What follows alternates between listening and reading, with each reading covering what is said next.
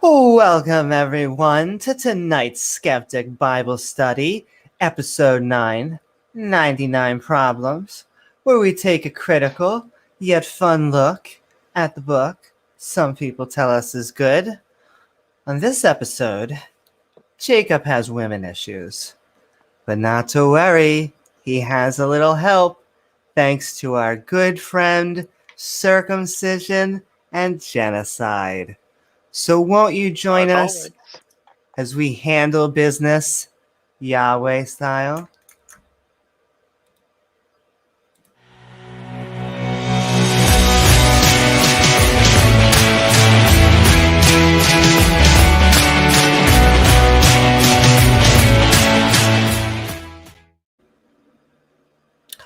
We're going to be experimenting with a new format. Our Bible studies are going to be broken up into two segments. First, our hosts start by reading a chapter side by side with the lovely annotations. Then, at the end of each chapter, a review begins, which allows for questions and comments from the whole Skeptic Crew. Want to be part of the fun? Look for the link below to join our stream, or feel free to tag me in chat at Amy Newman. When the review is wrapped, everyone goes on mute so the host can start reading and the process continues. Remember, guys, not only to like and subscribe, but to set that bell button to all so you get live reminders. All right, let's jump into the categories and see what's on the menu.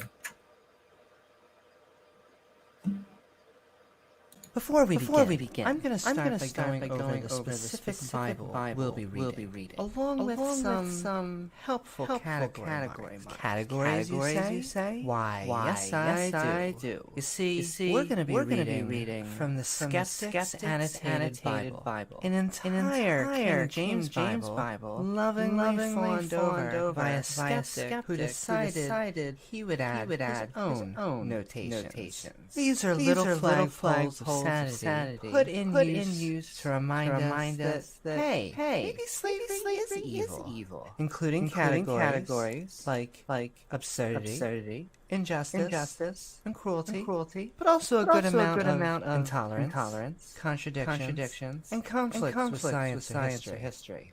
That doesn't mean it's not packed full of misogyny, false prophecy, and some questionable biblical family values. Now, we won't skip the good parts that the Bible has, only that these passages seem far fewer in number than any priest or pastor seems to suggest. So without further ado, won't you come join the Skeptic Crew?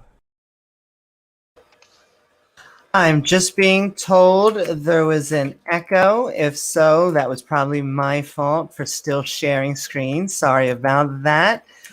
But with that in mind, woohoo! And how are you tonight, James? Are you ready for some Yahweh Springer? I'm ready. Yeah. This is going to be a interesting Bible study. So yeah, we're doing a little bit of a new format today because unlike people in the Bible, we're not going to live to be 600 or 900 years old. So we have to try to get through this Bible in the next 50 years or so. So we will modify that a little bit to hopefully speed the process up a little bit, but still have fun while reading this wonderful piece of literature. And yeah, I'm here tonight. I gave the cat the night off. He's been complaining, so yeah. Woohoo! He's got the night off. And okay, I actually think it'll be a great way just to break up all of the chapters, and we still want everyone to come on by. We still like to hear. We love to hear from what people have to say. Exactly. And okay, what was we were just dealing with Yahweh getting in a literal fist fight or a wrestling match, yeah. A wrestling match. Yeah, the pay-per-view event. Vince McMahon came in and Jesus threw Yahweh a chair, at the end to smack Jacob in the back with. But yeah, Jacob still ended up winning. Go figure. Yeah, and that's okay because he got blessed by God. And okay, we're going to go right back into it. So we've got Jacob and Esau. Yes, Jacob's ladder meets Esau the seesaw. All right. And Jacob lifted up his eyes and looked, and behold, Esau the seesaw came everywhere.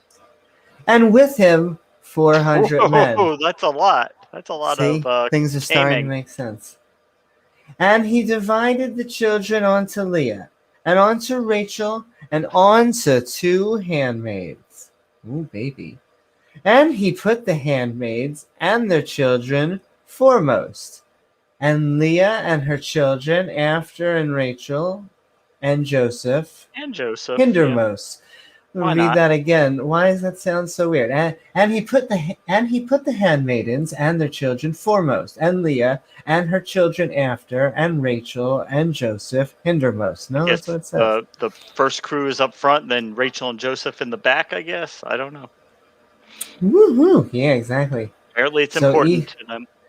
So Esau the seesaw and 400 men come to visit Jacob. Yeah. That's just like it says. Okay. That's a sausage fest if ever there was one. I know.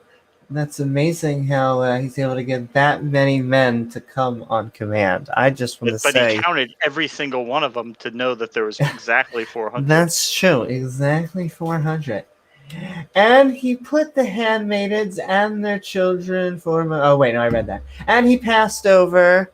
And I want to make sure, okay, there's a big enough so people can read along. Yep. And he passed over before them, and he bowed himself to the ground 7 times, more bowing, as you would, until he came near to his brother. And Esau the seesaw ran to meet him, and embraced him, and fell on his neck, and kissed him, and they wept. And he lifted up his eyes, and saw the women and the children, and said, Who are those with thee?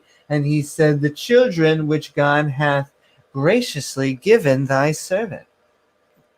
So fell on his neck. Is that some kind of jujitsu move? I mean, I've never seen. I don't know how do you fall on your neck? Yeah, that's bad luck. I do have to say.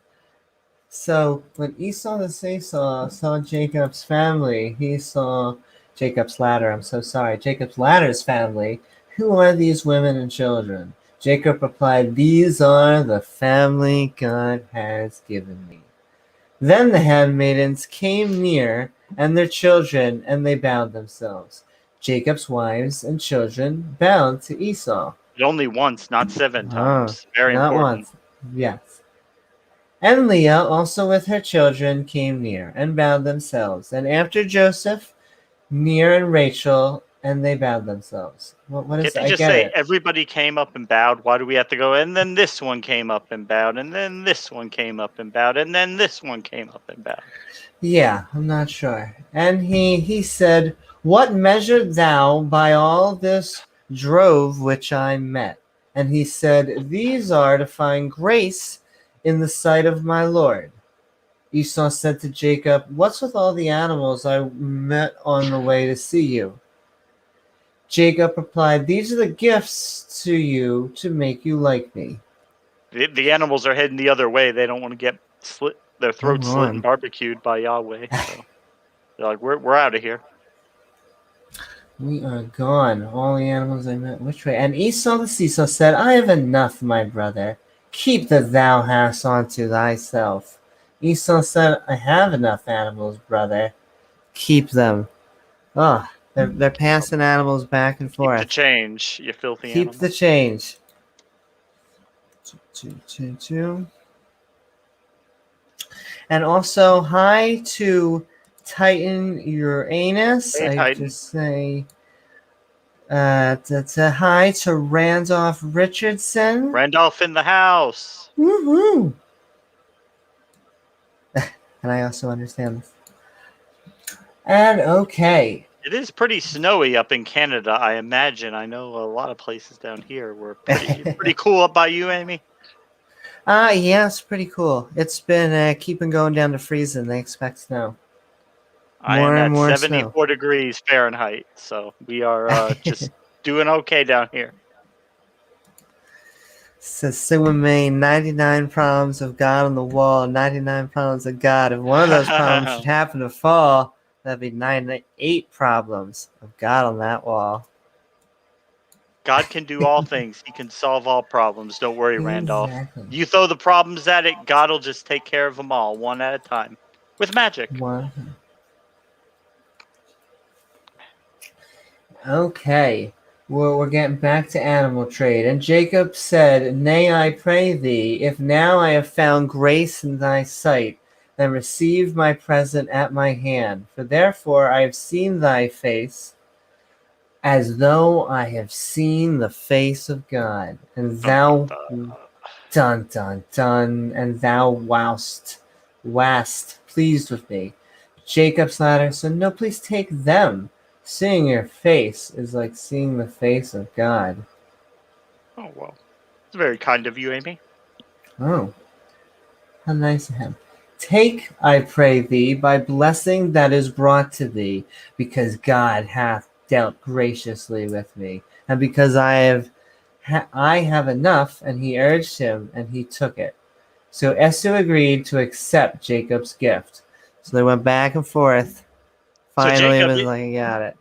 His goat breeding program with the sticks and everything is just taken off. So he's just got goats all over the place with the speckles and the stripes, and maybe some with polka dots and some with I don't even know what, but he's got that down. So he's got plenty of goats. Got plenty of goats. They also seem to value women and animals at about the equal level, but that's okay. Where were we? mean, sometimes animals, I think, maybe a little bit more, but that's true. As long as it's the male goats in front of the female goats. Take, I pray thee, my blessing that is brought to thee, because God hath dealt graciously with me, and because I have enough. And he urged him, and he took it. He said, and he took it, baby. So Esau the seesaw agreed to accept Jacob's ladder's gift. And he said, let us take our journey, and let us go, and I will go before thee. Getting very Game of Thrones again. Yeah. Esau said to Jacob's ladder, let's go together on your journey. This can't go wrong. Let's go, like Dora the Explorer. Like Dora the Explorer. Vamonos!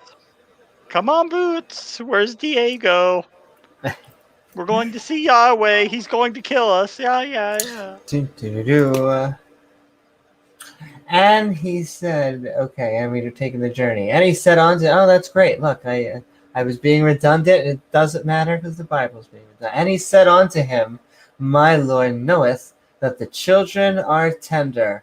That doesn't need context at all. And the flocks and herds with the young are with me. And if men should overdrive them one day, all the flock will die. Jacob's ladder said, no, the children and flocks are too tender to keep up with you. You go on ahead with us. We'll meet you later in Sire. That's a verse they go over a lot in the Catholic seminary. Yeah, I bet they do. Yeah. Woo-hoo. Yeah, I think they're trying to say that they're not ready for battle, but I don't know. I would just say tender is not the exact word I would use there. Yeah, it's a bit choice wording there. Choice wording. Let my Lord, I pray thee, pass over before his servant, and I will lead on to Spotify. Oh no, I will lead on softly, according as the cattle that goeth before me. Yes, they had Spotify even 2,000 years ago. That goeth before me, and the children be able to endure, until I come, oh baby, unto my Lord, unto Sire. Said you'd be wrong a lot more than 99 problems. I almost called this episode 99 problems and Yahweh is all of them, but women and cattle happen too. Shit happens. Yahweh's got magic. Magic helps. Exactly. Magic helps. Okay, let my Lord... Where were we? Let my Lord... yeah, Spotify. And wait, did I go over the fact that there was... they endorsed servitude here? Okay, just constant reminder. Endorsing that servitude. Slave, Okay. servant, it's interchangeable. It's interchangeable. We don't know. And Esau the seesaw said, "Let me now leave with a threesome." Okay, Ooh, with wow. threesome. Close enough. Of the folk that are with me. And shows you where your mind's at, Amy. I know. Basically, all of these chapters show you where my mind is. But you know what? In my defense, the Bible does it half the time. Okay, I'm only embellishing half time. Man, the Bible just gets some extra fun. It's Bible is like gasoline on a fire. Yeah. Penis it happens. KOC. Penis blame happens. Yahweh. Blame you. Hashtag blame Yahweh. Hashtag Titan Uranus. Titan Uranus. Okay. And Jacob's ladder journeyed to Succoth, and built him an house. What are you trolling me? And made booths for his cattle. Therefore, the name of this place is called the same thing that the guy made it. That's okay. I mean, it's called Dan. Dan. That's so weird though, because if his name was called Dan, then the place would be called Dan. There you go. All right. Bible wants to make sure explicitly clear that that's what the place is called. Come on, Amy. Esau. Hey, Randolph, you're telling me it's not called Esau and Seesaw? I don't know. Did Randolph come up with that one? Is that his trademark? Probably. Probably came up in the development lab here. And Jacob's ladder came to Shechem, a city of Shechem, which is the land of Canaan, when he came from Pandora's box and pitched his tent as he does before the city. That's just like a Russian doll of places and places and places. Like, yeah. None of them mean anything at all. And we're about to have a chapter review. I should just pin this. I feel bad because no one's coming on, so maybe we overcorrected. We want everyone to join. Come on. Where is the StreamYard link? And if not, we'll just have fun. We are a little bit later. We are going a little later. That is also true. Yeah. It is almost 2 a.m. Give me 1 second to just pin that link. Verse 20 is really going to mess with you, Amy, so be careful before you read that one. Yeah, it's... All right. Now, what you should do, KOC Champ, is you should join us with VR so you don't know which one's which. Be good. You got this. Now, let me be clear, KOC. We are a drug-free channel. We do not endorse any illegal substances of any kind on this channel. Never. Yahweh is my anti-drug.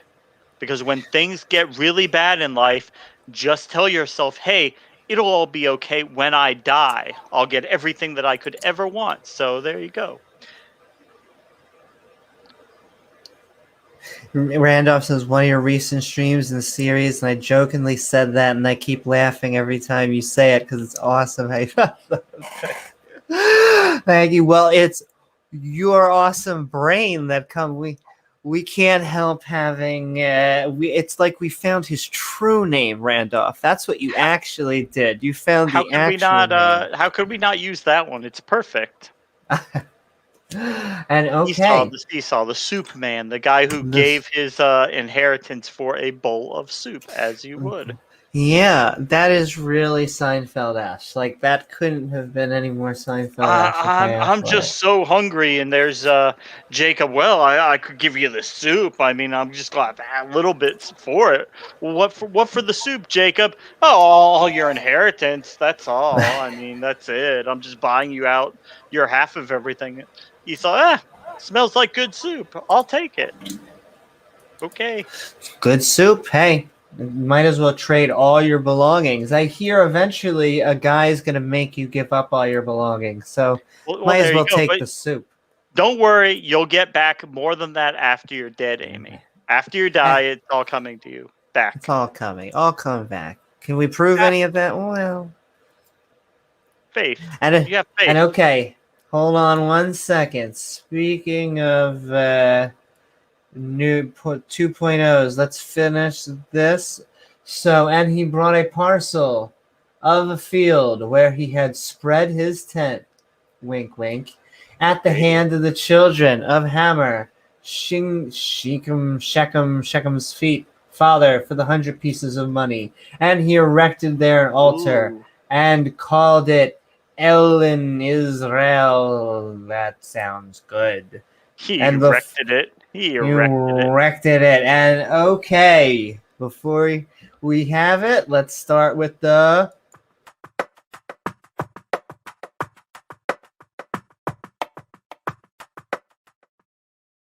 All right. Look at Genesis chapter 33. That was heart pounding. Any thoughts, Amy? We had some bowing. We had some more bowing and more bowing. More And bowing. And he pitched his I don't think tent. really a tent pitched up, but I don't think really anything else happened. Some amazing dialogue in there. Yes. And if you would like to come on and say what you're thinking, Donald, if you're out there in the stream, come on down. This is your chance. We want people. Randolph, if you're out there, though, you could just enjoy listening in there. KOC, if you want to KOC come said on he's and company. tell us what Thor has to say about all this. Exactly. It's such heart pounding fun. And if not, just keep on enjoying. We're going to move on to the next chapter. Yeah, you can wait for the genocide. That's when everything really starts Yes. happening. Because I didn't see anybody die in this chapter, so that can't last for long. True. And I can't blame you if you just want to put your feet up, get under a blanket, and just tucker in with some good upcoming genocide. I mean, it never makes anyone feel warmer than Yahweh or Yahweh's friends go on a little killing for fun. I mean, can't Why beat not? it. All right. Why not? All right. Book of Genesis, chapter 34. I think I was wrong. I think I underestimated. I think it's actually 50 chapters, but we're coming up to some nameable stories in the next few chapters. Next episode is going to be a memorable one. Yes, if we get there to tonight, where we're setting up, I believe, for a magical Technicolor Dreamcoat of Adventure TM to someone else. But yes, exactly. Is that like a rainbow coat? Or is that like a rainbow? Yes, it is. Okay, so Joseph was a LGBT activist all the way back then. Oh, I realize. You know what? I bet it does an echo on my Bible study thing when I'm sharing the screen. I'm learning. So if you mute your screen, yeah. Anyone give me feedback if you're hearing an echo during any of these category? We're launching a bunch of new bumpers to make it feel more like a show. Tell us what you think. If you like them, if I'm you making don't it like more them. like a show, you know. Yeah. Up our production quality a little bit because Amy is an excellent producer.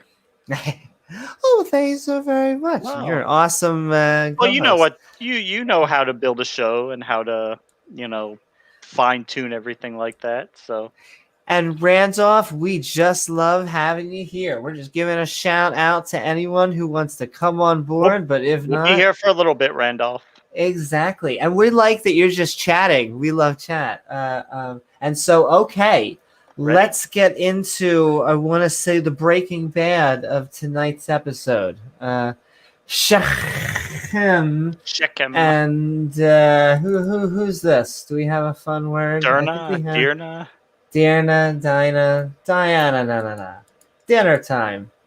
Dirna's not a nice woman. In German. and so I'll before we start, let's add KOC Champ.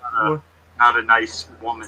Do you want to come in on the next one, or do you have some thoughts on the chapter we just thought about? Not a nice woman. Getting an echo there. Come in on the next one, or do you have some thoughts on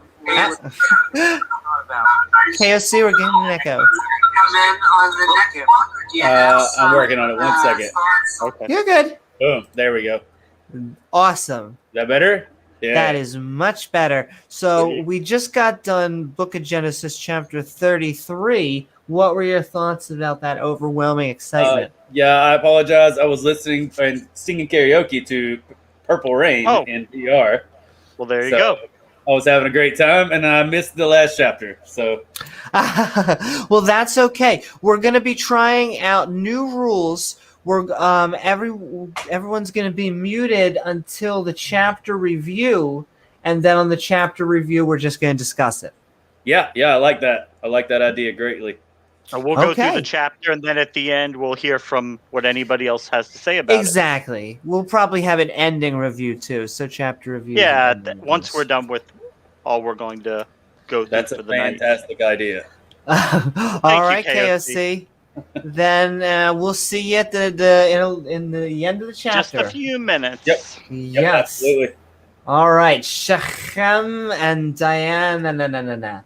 And Diana, the daughter of Leah, not from Star Wars. And I almost missed the menu. It's a good one. We got some feminism.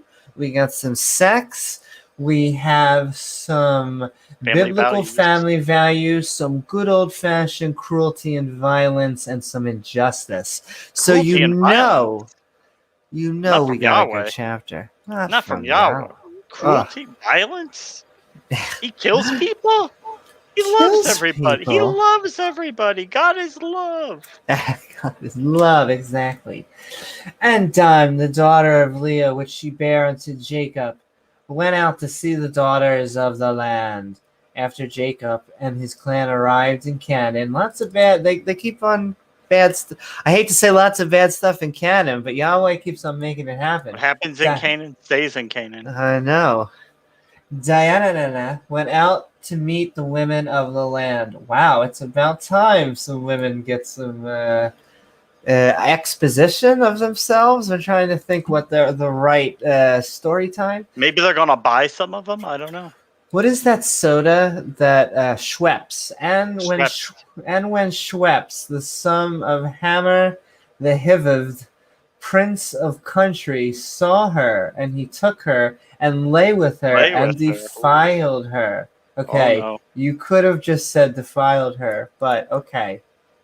Took her, lay with her, defiled her. Oh no. Yeah, or that's a nice way of saying he raped her. Okay. Yeah. While there, a man named Shechem took her and lay with her, and his soul.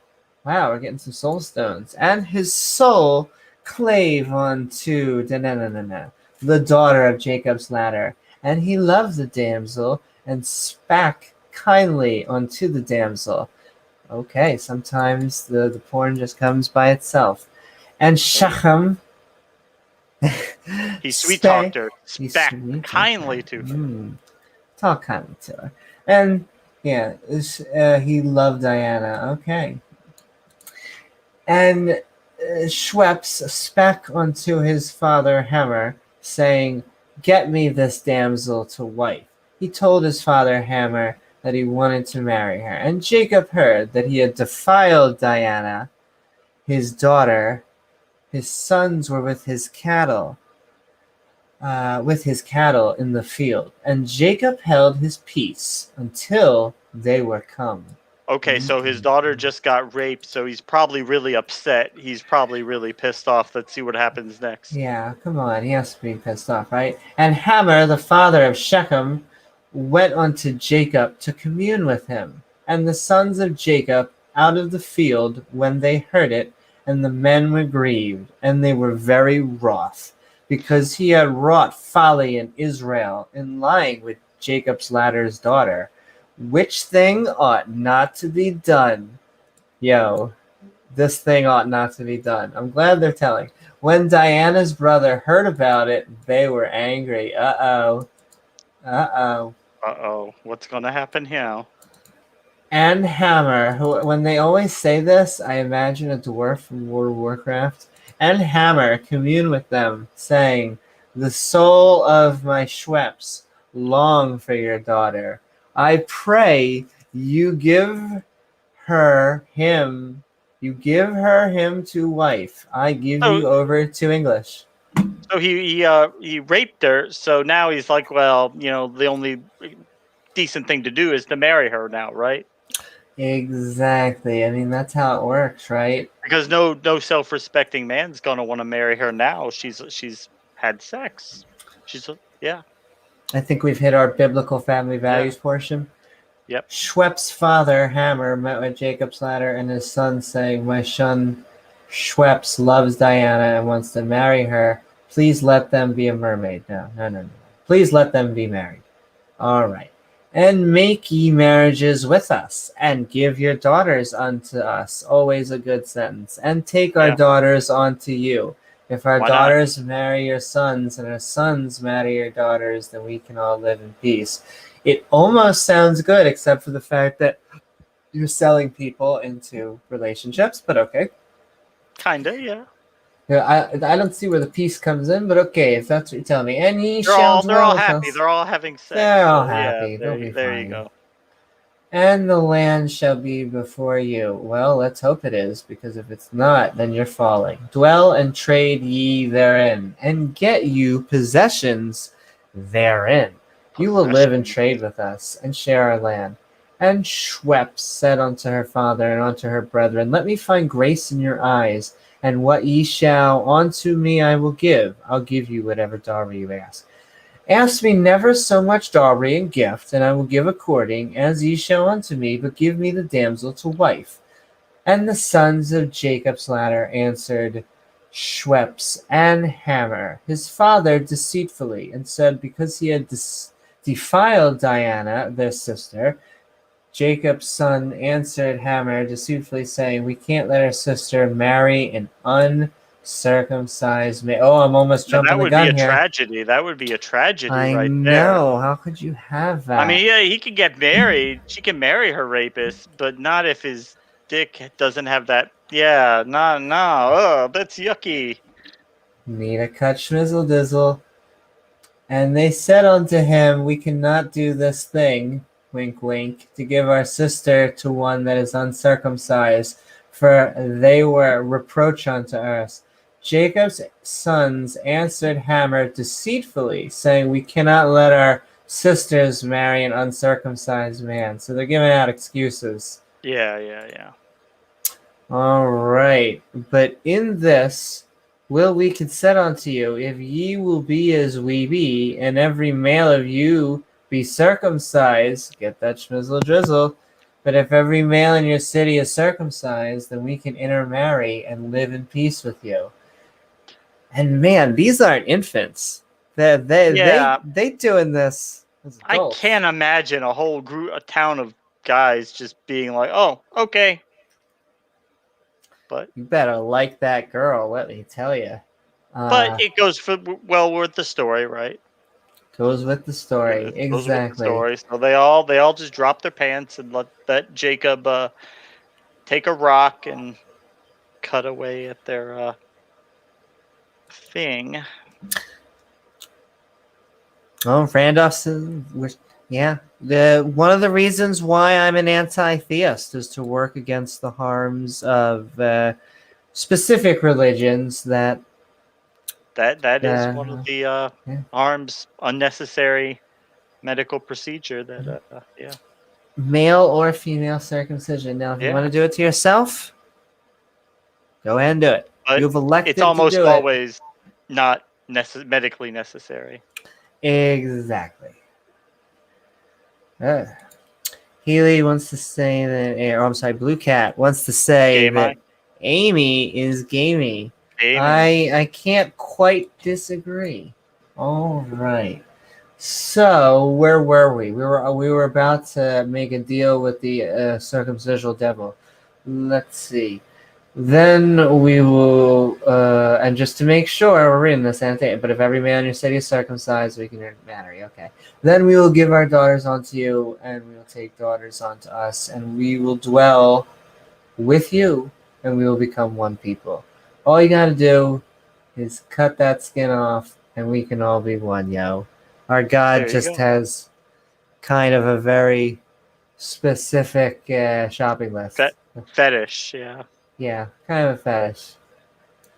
All right. But if ye will not hearken unto us to be circumcised, then we will take our daughter and we will be gone. We'll take our ball and go home. Listen, buddy. You don't want the girl? Don't cut the dick. Don't cut the dick. Don't get the girl. Don't know what you don't get. All right. This must be like the best, most amazing girl in the world. I mean, not that there'd be women all over the place. And the skin. Have to do that for. The skin. Yeah. Shouldn't stereotype too much. But still. What was I saying? And once again, creator of the universe. Okie dokie. But if you will not hearken, though these seem to be God's people, this is just Yahweh. I imagine Yahweh is just sitting behind eating popcorn. Eating foreskins, yeah. Eating foreskins. Okay, we're making a deal. And their words pleased Hammer, which is really not the reaction that I would have thought, but, you know. It goes with the story. Sometimes, they didn't have Match.com back then or Tinder, so, okay.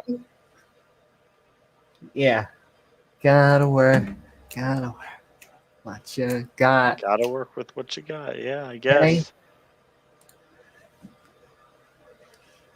Okay. You guys are just breaking up songs in my head. Teeny weeny. Okay, anyway. And the young men get deferred not to the thing at all, because he had delight in Jacob's daughter. Always a good sentence. And he was more honorable than all the house of his father. That's kind of a backhanded compliment, but okay. Kinda. And Hammer, and Schweppes, his son. Hammer time. And I don't know why it's like his son and him are going around. So your son is your wingman? I mean, I guess I won't knock it, but okay. Came onto the gate of their city. It happens. Sometimes people do that. And commune with the men of the city, saying, they spoke to the men of the city, saying, dun, dun, dun, these men are peaceable to us, peaceable. These men are peaceable with us. Therefore, let them dwell in the land and trade therein, for nothing could go wrong. I can't see where the story would go. Nothing. For the land, behold, it is large enough for them. Let us take their daughters to us for wives. Always a good sentence. And let us give them our daughters. Here, take them. There you go. Have them. It's a daughter swap. It's like a Pollyanna, but with your children. That's so funny. Only Would you put a bow on one? And off you go. Please don't disappoint us. We cut our dicks off for whatever we're getting back. All right. Back to the kidding. It's only horrible because it's literal. You only horrible, atheist. yeah. It didn't really happen, so don't be too worried about it. Silly atheists and pagans, you just reading the Bible literally. How dare you? Anyway. You think that shit actually happened? Ha ha ha ha ha. Yes, at least maybe they're under 600 years, so who knows? Maybe we're back in biology. Give them our daughters. Okay, rup. Only herein will the men consent unto us for... Oh, that's funny. Look where that word, that's the first time I feel like I've seen that word come up. That's a very unusual word in the Bible. On to us for to dwell with us. We're going to call this zero-wave feminism. Pre-feminism. Dwell with us. To be, negative feminism. To be one people, if every male among us be circumcised, as they are circumcised. Wow. Okay, this is a very circumcised-themed chapter. Very important. Very important. There was just one thing. Also, to the Christians who say it's not important, review the past 2 chapters. Anyway, there's just one. There's one little thing we have to do. All of our males must get circumcised. Okay, that was becoming perfectly clear. Shall not their cattle and their substance and every beast of theirs be ours? And only let us consent unto them, and they will dwell with us. Also, Jamie Russell in the house. Balls Picasso, what is up? And Andrew, you are never late here. You're early. Exactly. You are always on time. So this is like, imagine this how this happened. So I guess you had every male in the town is just standing in a line with their thing hanging out there, so that Jacob can come by and inspect to make sure that they're all cut. And they all have to be circumcised. They all have to be circumcised.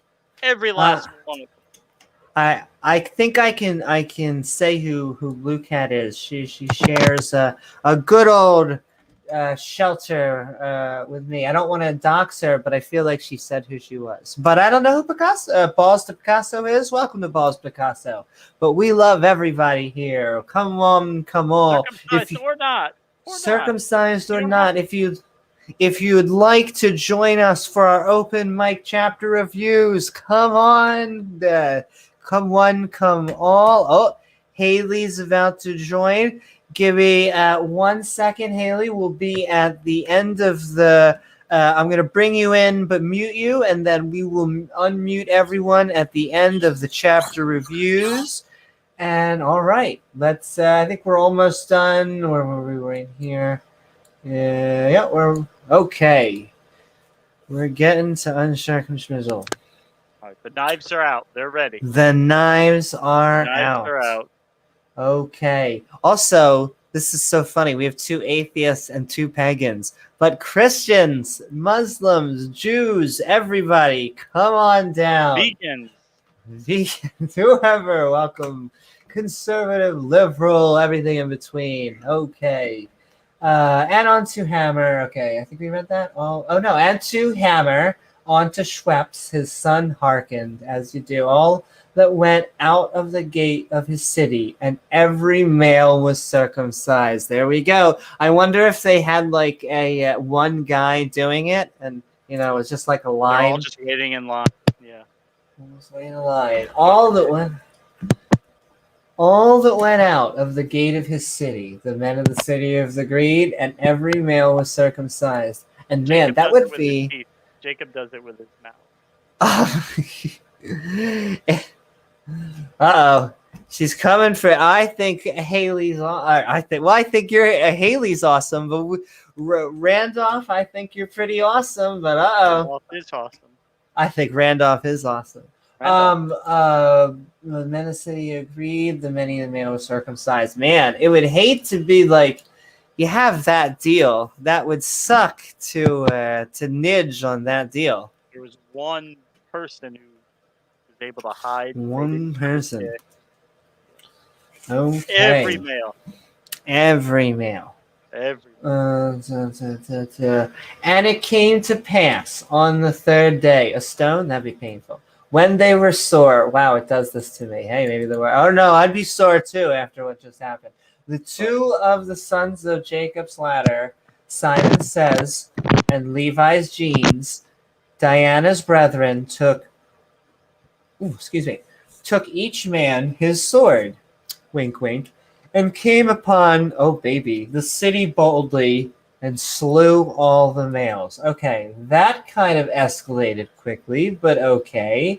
On the third day, while they were recovering from their circumcisions, two of Jacob's sons, Simon and Levi, attacked and killed all the males, including Hammer and Shechem. Wow, okay. And they slew Hammer. Yeah, what the hell? And they slew Hammer. Boom, boom, boom, boom. Oh, man, this is our visual effects scene, if it was fancy. And Shechem, his son, with the edge of a sword, and took Diana out of Shechem's house, Shech's Pepsi, and went out. That's easier just to say Schweppes. I'm saying Schweppes again. The sons of Jacob's ladder came upon the slain. Well, that's a little overkill at that point. I feel like you won. Yeah, why not? You really don't have to finish off over the bodies, but why not? And spoiled the city. Like a good idea at the time. It seemed like a good idea at the time because they had defiled their sister. Okay, he went Sodom and Gomorrah on them, but because of sister. Then Jacob's sons went among the dead and spoiled the city because they had defiled their sister. When did that happen? Weren't they making a deal? Maybe I guess she did get defiled. Oh, that's right. It was the rapist. That's right. Yeah. Were these the rapists that were getting circumcised? They killed everybody. Not just the rapists. Okay, this is making me emotionally go back and forth. Okay. Because they had defiled, they took their sheep and their oxen and their asses. Oh, baby. And that which was in the city and that which was in the field. Okay, they took fucking everything. And all the wealth and all their little ones. But, okay.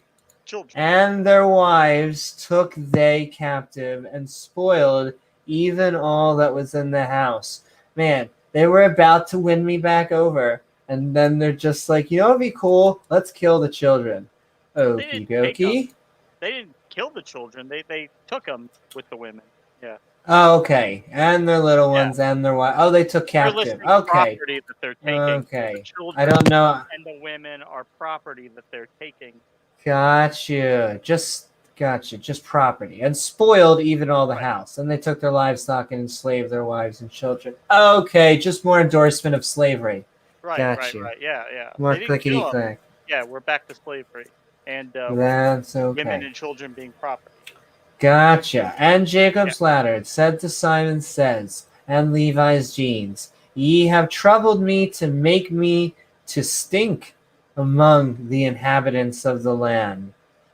After the unjust and horrendous slaughter, Jacob said to his sons, okay, it wasn't, so they were just killing and genociding. They did make a deal. And even though the rules were fucked up with this whole marrying your daughter or rapist daughter thing, that is the Bible's own rules. So they did just break the Bible's own rules, right? No. Okay, ye have troubled me to make me to stink among the inhabitants of the land, among the Canaanites and the paparazzis, and I being few in number, they shall gather themselves together against me and slay me, and I shall be destroyed, I and my house. You have made me stink among the inhabitants of the land.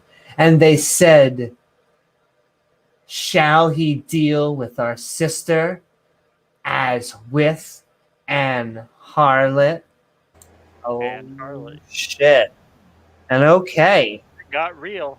Got real.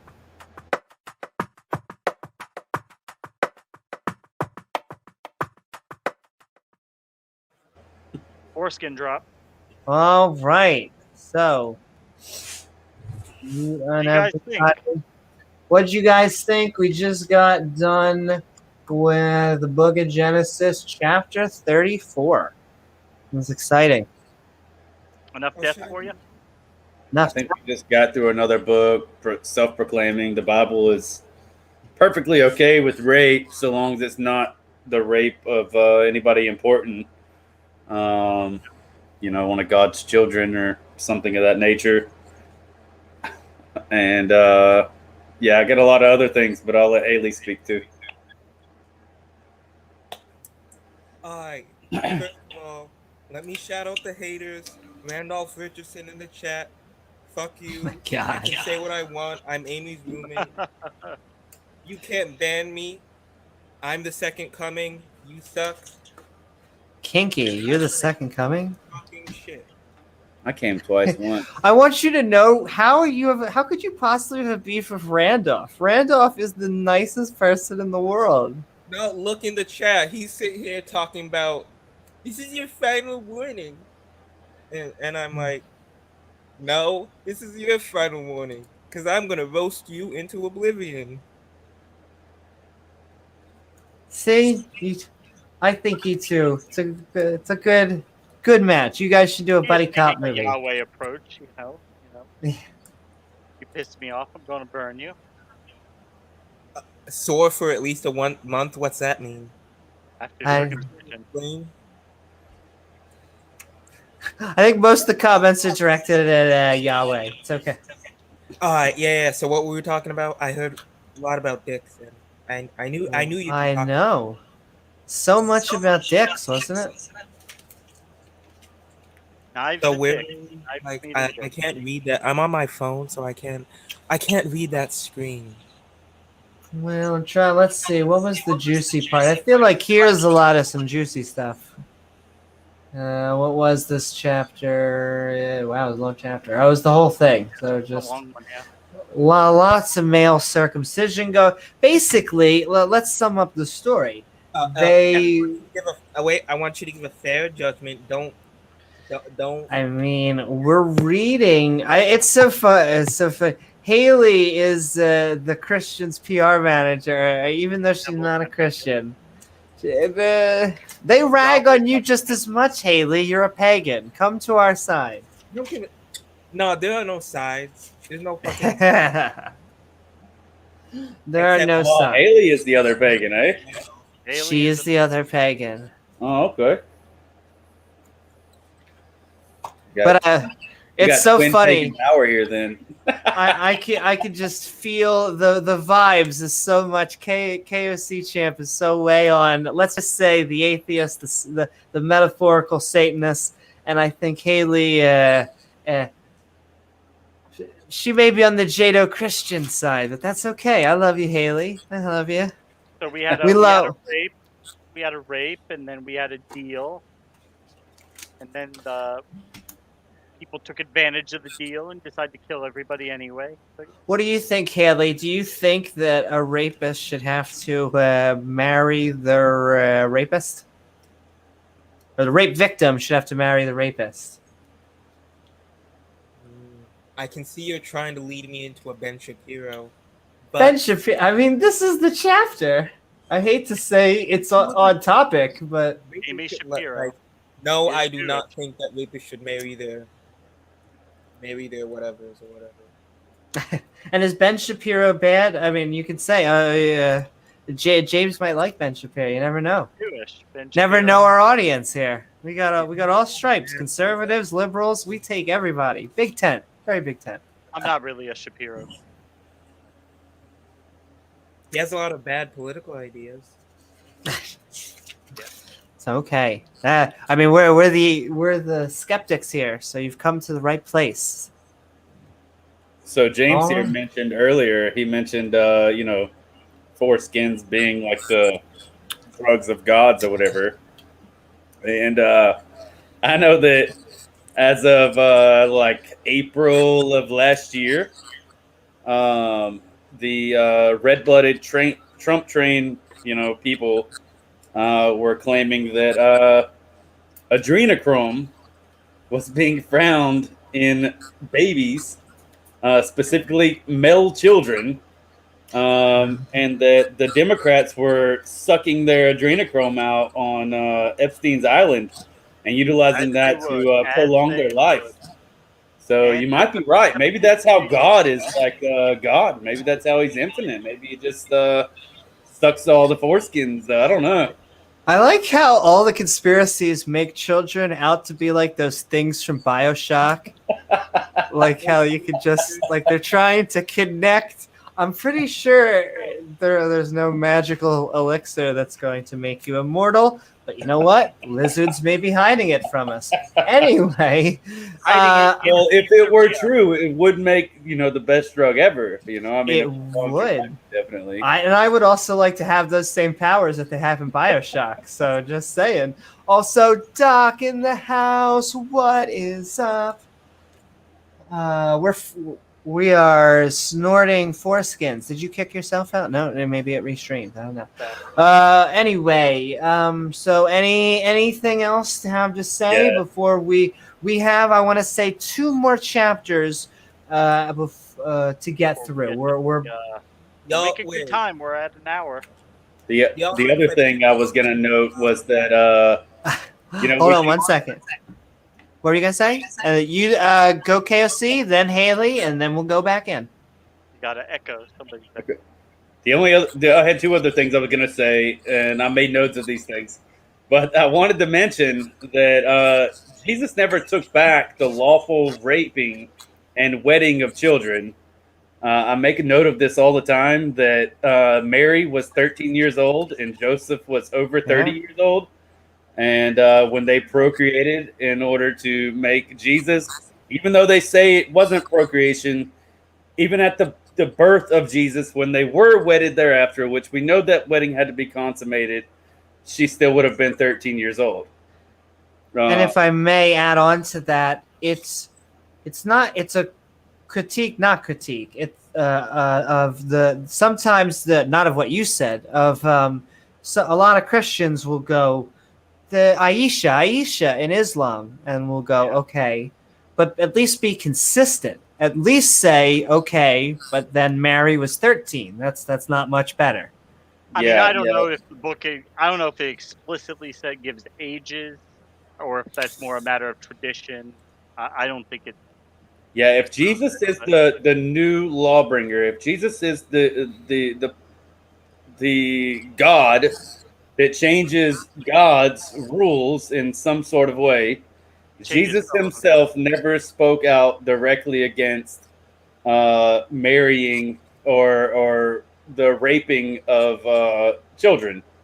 It doesn't seem no reform of age of consent it didn't come up for centuries after that. It just wasn't a thing that was on anybody's mind. It was actually after the 1700s before anybody started actually thinking about this kind of stuff. Also, why would your property need rights? That's so silly. You're being silly. Yeah, of course. And then because the last thing I had to say was because I heard, pagan people come up with the whole kitty thing. I had to make a note that pagans, Norse pagans specifically, only began compromising once they were introduced to the Europeans between 1400 and 1500 AD. Prior to that, Norse pagans, that was like a serious punishment. And, you didn't fuck around with children. Like those children had time, to grow and into, young adults. And they were actually sent on journeys and stuff before they were able to even wed or consider that sort of thing. What age would they allow marriage at? And their parents wouldn't until between the 1400s and 1500s. The parents wouldn't allow the kids to be married off to any European either. Like that wasn't a thing. That only became a thing when they started integrating with the Europeans, and the Europeans and them started migrating, and then the Norse pagans started becoming more Christian-like and Catholic-like, and then all of a sudden it was okay to marry their kids off. You saying the 3 monotheistic religions ruined everything? I would say so. Yeah, I would say that they weren't such a great thing. I'm not. Now, I don't know enough about a lot of different pagan cultures to speak on their behalf. So I can only speak, for what people claim to be the Viking culture, but it's just the Norse thing. So I can only speak for them, right? You're saying the Vikings were doing better when they were just killing the English and raiding the European coastline. It's once they stopped doing that and started to integrate, everything went downhill. Yes. Yeah. Yeah. And okay, so Haley, I know you're jamming. If you want, you can have the last word, and then we're moving on to the next chapter. If you don't, we can just move on to the next chapter. All right. Well, I feel like a lot of the time you guys like to look at bad things the Bible says and be like, "Oh, look, it said a bad thing. That means the whole thing bad." And that's not true. I would say it says. Oh, you know what? Continue. Were you done this? Hold on a second. Yep. Because I want to be fair. I'm gonna mute myself. Tell me when you're done your point, but then we'll probably respond. Hold on, I dropped something. I'll pick it up later. Well, all right. So it's like, for example, he's saying, "Oh, she was 13. She was 13." Oh, and I'm like, yeah, that is really shitty, but that doesn't mean the Bible as a whole is bad. Like, people say, "Did you know that Mary was only 13?" And I'm like, "Oh wow, that's terrible," and which it is. And then they're like, "So how could you be a Christian?" And I'm like, "Well, I'm not a Christian, first of all, but people who are Christians, it doesn't really work like that." I'm done. So you can. I would say just that. Getting an echo. I agree. Oh, give me 1 second. Da-da-da-da-da. Yeah. I agree, and I'm gonna unmute you. And I'll give you fair time. I agree that we don't want to mistreat. We are poking definite fun because a lot of the Bible is just dry and exposition mode, and don't worry, Haley. I see your face, and then I'll mute myself. I'll be fair. I would say it just seems like, taking at a literal glance, the ratio of good to bad is not only way lean-sided, but if we do good, bad, and freaking useless, and why are you telling this to us? I mean, the good portion would be a very, very small number. Now, that's not saying there's no good. And I know James wanted to say something, so I won't respond. I'll let Haley respond, and then I'll let James respond, and then we're going back in. I'm unmuting you, Haley, and I'm muting myself. Come on, you're gonna sit here and say that the bad stuff in the Bible completely outweighs the good stuff? Then you have not read the Bible, because it says a lot of good stuff. It says a lot of bad stuff. It also says a lot of good stuff. Most of the stuff it says is just like what? But I'd say, of the stuff that's strictly good or bad,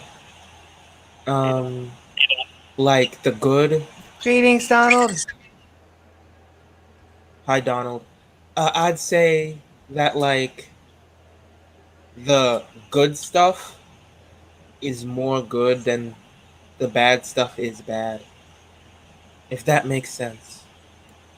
The good stuff. Can you give me an example of something so amazingly good that we really can't get from? Superlatives or whatever, so amazingly fantastic. Can you go? How about something good? We'll start. I won't add amplifiers on it, or what's the right word?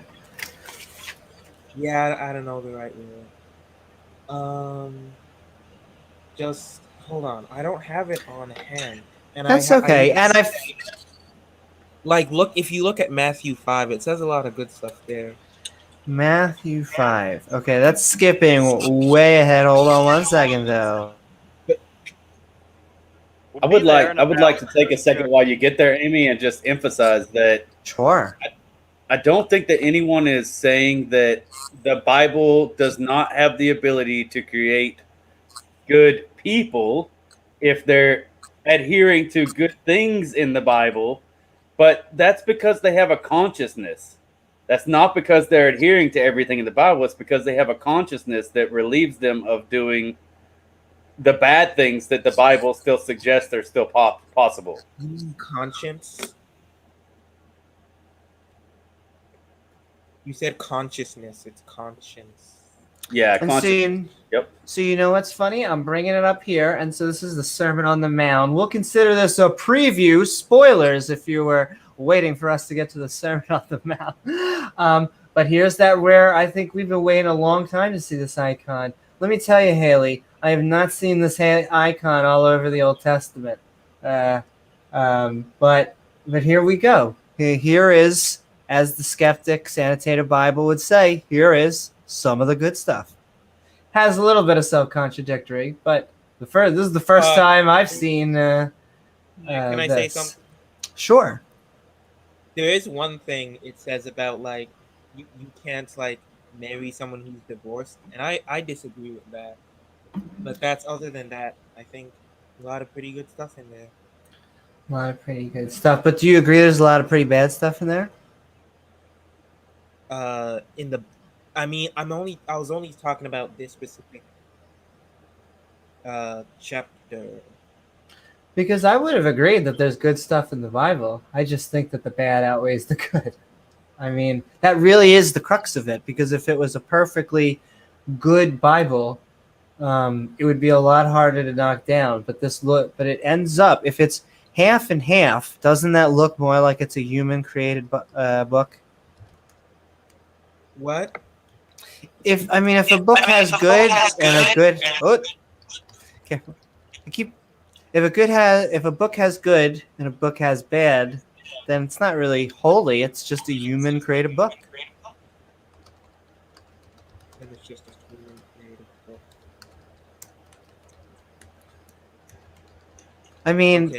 Lots of and we're getting echo somewhere. Lots of books are great, but they're claiming that this is a book from God. Don't you think that should have a higher standard? I believe in some ways. Well, I don't believe that, like, the Bible is, like, directly from God or whatever. But to say that it's more bad than good is still, I feel like I can make that claim. I'm waiting for the good to come in. Let me tell you, we're all you have to do far is away. Point out the good when you see it. There you go. Yeah, exactly. Well, exactly. Come on board and something. Look, read. Well, this is Matthew. I get that, but we're skipping chapters. We're going through the Bible cover to cover. You need to say something. I mean, if you go through and you only read the few good parts, well, then I guess you could say maybe it's got a lot of good parts. But exactly. But if you skip that, you have to read a lot of bad parts and a lot of meaningless, useless parts. I mean, will this passage counteract the fact that those guys just slew all the men and then took the women and children as slaves? And that whole thing about roasting people forever because that was just a random chapter we were on. I'm like, sorry, James, I was over speaking. No, you're good. Like, I haven't read the entire Bible, but you don't need to have read the entire Bible to know, like, the word of God. You know what I'm saying? I don't think you need to read any of the Bible to know. Well, I don't think anyone knows the word of the God. Thus, I don't think it matters if you read any of the Bible. Assuming that the Bible is the word of God, you do not need to read the whole thing cover to cover and know everything that happens to it to know that to like know the contents and what it's in. But you're saying assuming the word of God. assume it's the word of God, but then we have to take board all the evil. Yeah, just don't read that part. Skip around, read the few good parts. I never said don't read that part. I said don't read that if you part. have read all of everything, then we're not picking and choosing. It really does seem like that. Starting at the beginning, going to the end. Isn't it not the other way? Isn't it we're going chapter through chapter, reading it literally, and all we have is, let's say, the metaphorical theist coming to us and saying, you just need to understand the context, and if you avoid the bad stuff and just focus on the good stuff over here. All right, good.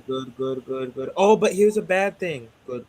And it's we haven't came across much good yet. Yeah, I wish it was like that, but unfortunately the Bible's like bad, maybe almost good, bad. Actually, it's more like boring, bad, boring, useless, bad, kind of maybe good, bad, useless, bad, good, maybe, okay, good, bad, useless. You get the idea. I think what Amy is trying to say is at this point in the Bible, and more than likely all the way up until at minimum the New Testament of the Bible, the bad is definitely more than the good.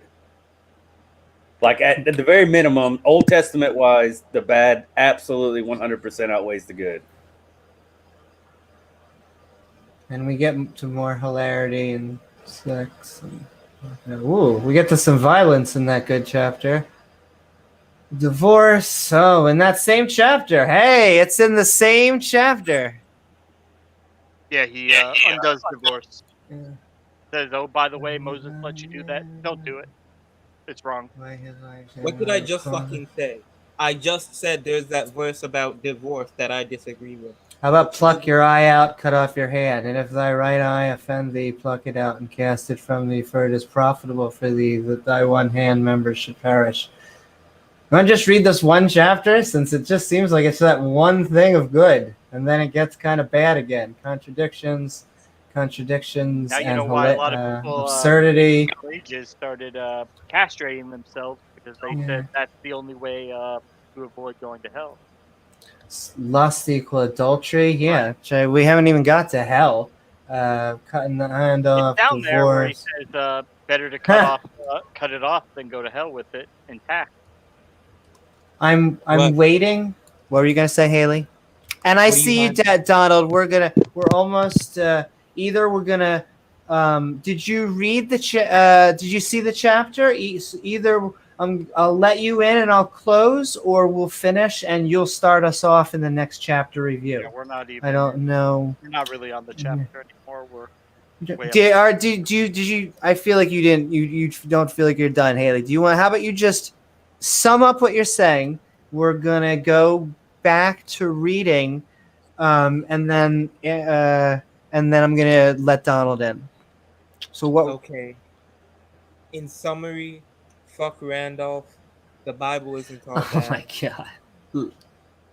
Oh snap. Oh man. Okay, Randolph just came backstage. Done. We're gonna have the fight night. What do you think, James? What should the plan be? Should we move on to the chapter, or should we let the two atheist contenders join in? Atheist contenders. All right. Okay. Why not? So, Donald, we're gonna let you in first. We're just gonna have a short and pithy opening, and then we're gonna give Randolph. I'll give a short and pithy opening, and then everyone's gonna mute, and we're going to read until the next chapter review. And Donald, how are you? Sorry, I wasn't ready for that. I thought you weren't going to be letting us in until after the next chapter started. Didn't you have that little blurb to do between chapters? Oh, thank you so much. Do you want to say hi? I did want to bring attention to the fact that starting in chapter 5, the icons, the little images that tell you what to expect in there, there is a thumbs up one, which means good stuff. So this is one of the spots that the Skeptic's Annotated Bible acknowledges there is some good stuff in the Bible. So yeah, it's not without its good stuff. The biggest problem isn't how much or how little good stuff there is.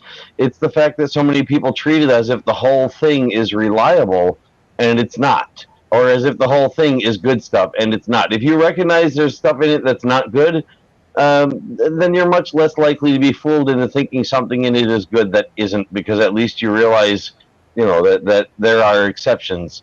Whether or not whether it's mostly exceptions or mostly not exceptions is irrelevant to that point. So yeah, go ahead. Sounds good. Thank you so much, Donald. And I feel for you, Aunt Jer. Don't worry. I'm gonna if you're still here, I'm gonna keep us on track tonight. I'm gonna let Randolph in just to say hi because they came in, and then we're going back into the chapters. So Randolph, how are you tonight? Short and pithy hello. Hi, I think I'm doing all right. I am hoping to hear some of Haley's fancy guitar playing here. She's a very fancy guitar player. Okay, well, you know what? That sounds good. Let's get back to the action. In fact, Thank you, both of you, for being piffy. Everyone's going to mute, and we're going. James, you ready? We're going back to the action right now. Air guitar right now. Hey, I can't hate on the air guitar. Yeah. No, not at all. All right.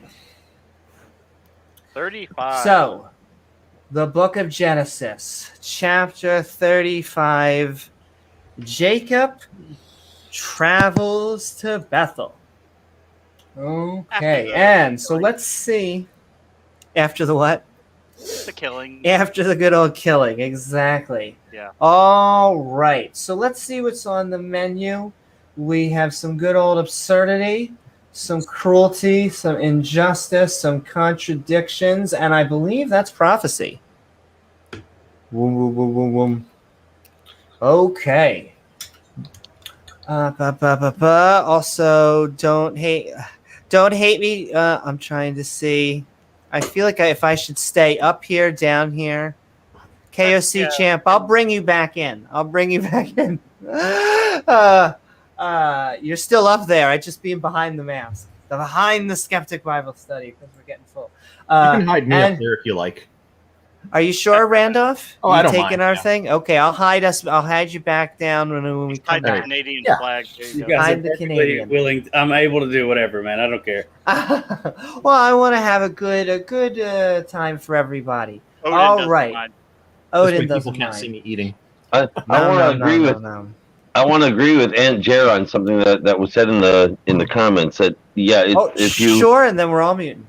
If you want to comment on whether the Bible is mostly good or mostly bad, you should read the whole thing first, and because otherwise you really can't say. I by the way have read the whole thing, multiple translations of it, so I can comment on that. I'm trying to refrain from saying one way or the other because, like I said, I think it's mostly irrelevant. But I do have an opinion on whether it's mostly good or mostly bad, and it is an opinion formed by having read it multiple times. That's okay. We want your opinion. This is a point that I don't care for because the fact is that there are bad things in the Bible, and I think that is pretty strong reflection on it. It's great that there's good things too, and Doorknob had pointed out earlier in the chat that Mein Kampf, Hitler's book, has good and bad things in it. Yeah, well, there's good stuff in Alice in Wonderland too, and I wouldn't use it as a guide to how to live. Exactly. Yeah, I just don't want to see it turning into, and I worry it'll turn into some kind of an excuse that's people are saying, see, there's good stuff in there. Well, yeah, we need to be selective. Of course, that's the point. Yeah, that's why I said it's important to realize that there's also bad stuff in there, even if you don't know how much, just to keep yourself from being fooled. It's good to realize that it exists. The bad stuff is really bad though. Flooding the whole planet, ordering a father to kill his own son, and all kinds of a lot of misogyny.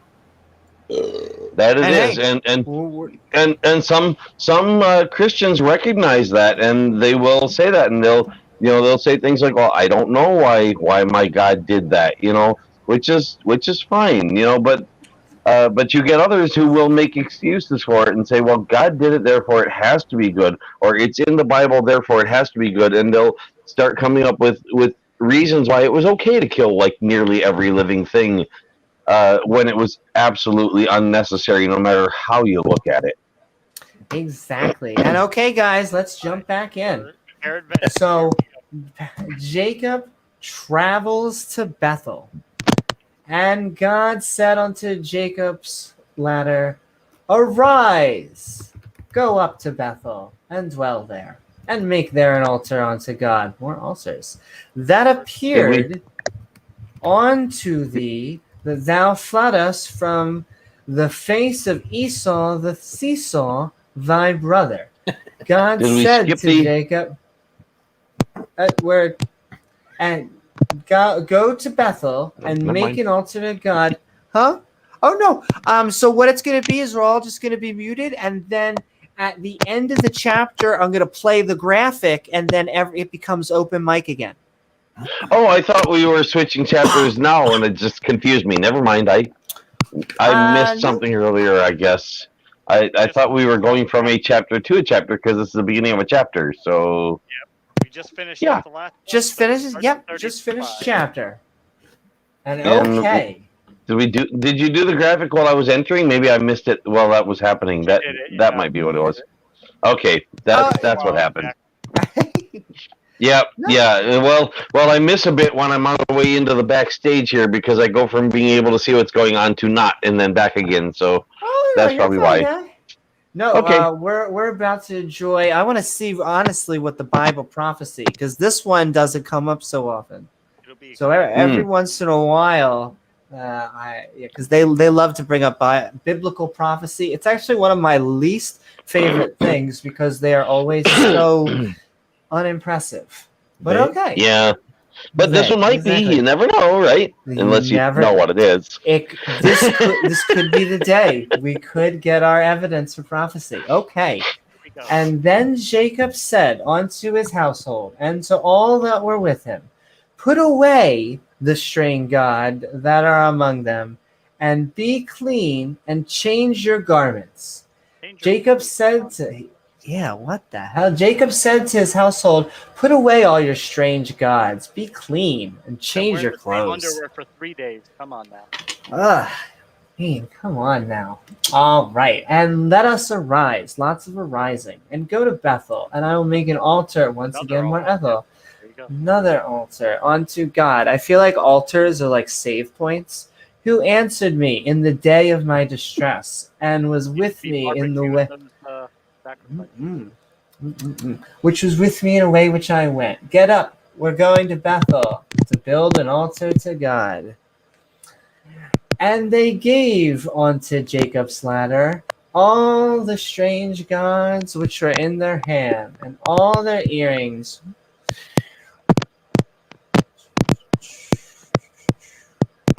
Oh, James, is it me? Is it you? It might be one of us, James.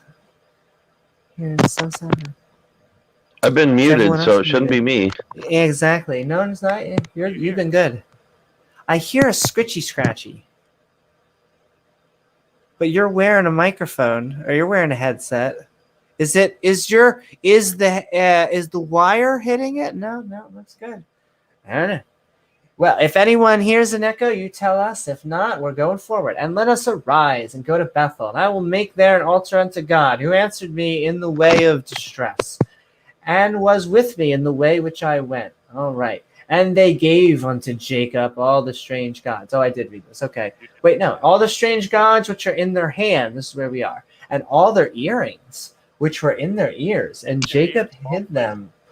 Hid them under the oak, which was Schweppes. Back to Schweppes somewhere. So everyone gave Jacob all their strange gods which are in their hands, and earrings which were in their ears. Jacob hid them under the oak. The trickster. Well, I don't know why we're hearing clipping.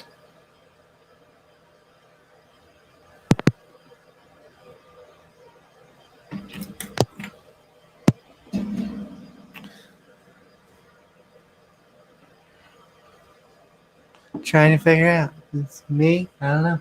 If Okay. you're hearing the kitty, he's over there scratching himself. Now, if you're hearing that, then My hand. And they journeyed, and the terror of God was upon the cities that were round about them.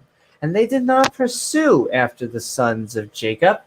As they traveled toward Bethel, the terror of God on the surrounding cities, so no one bothered them as they passed. Oh, good. No one bothered them as they passed. So Jacob came to Luz, which is the land of Canaan, that is Bethel. He and all the people that were with him. So Jacob came to Luz, and he built there an altar, a third altar, and called the place Ethabella, because their God appeared unto him, which he fled from the face of his brother. Unplug, replug your mic. All right, I'm going to unplug. James, I'm going to unplug because they keep on hearing clipping. We're both, let's try it.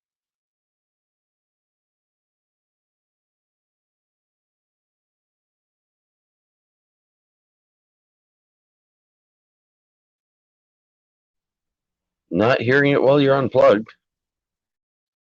are they hearing it in the chat? You're muted, Amy. Still muted. You're still muted.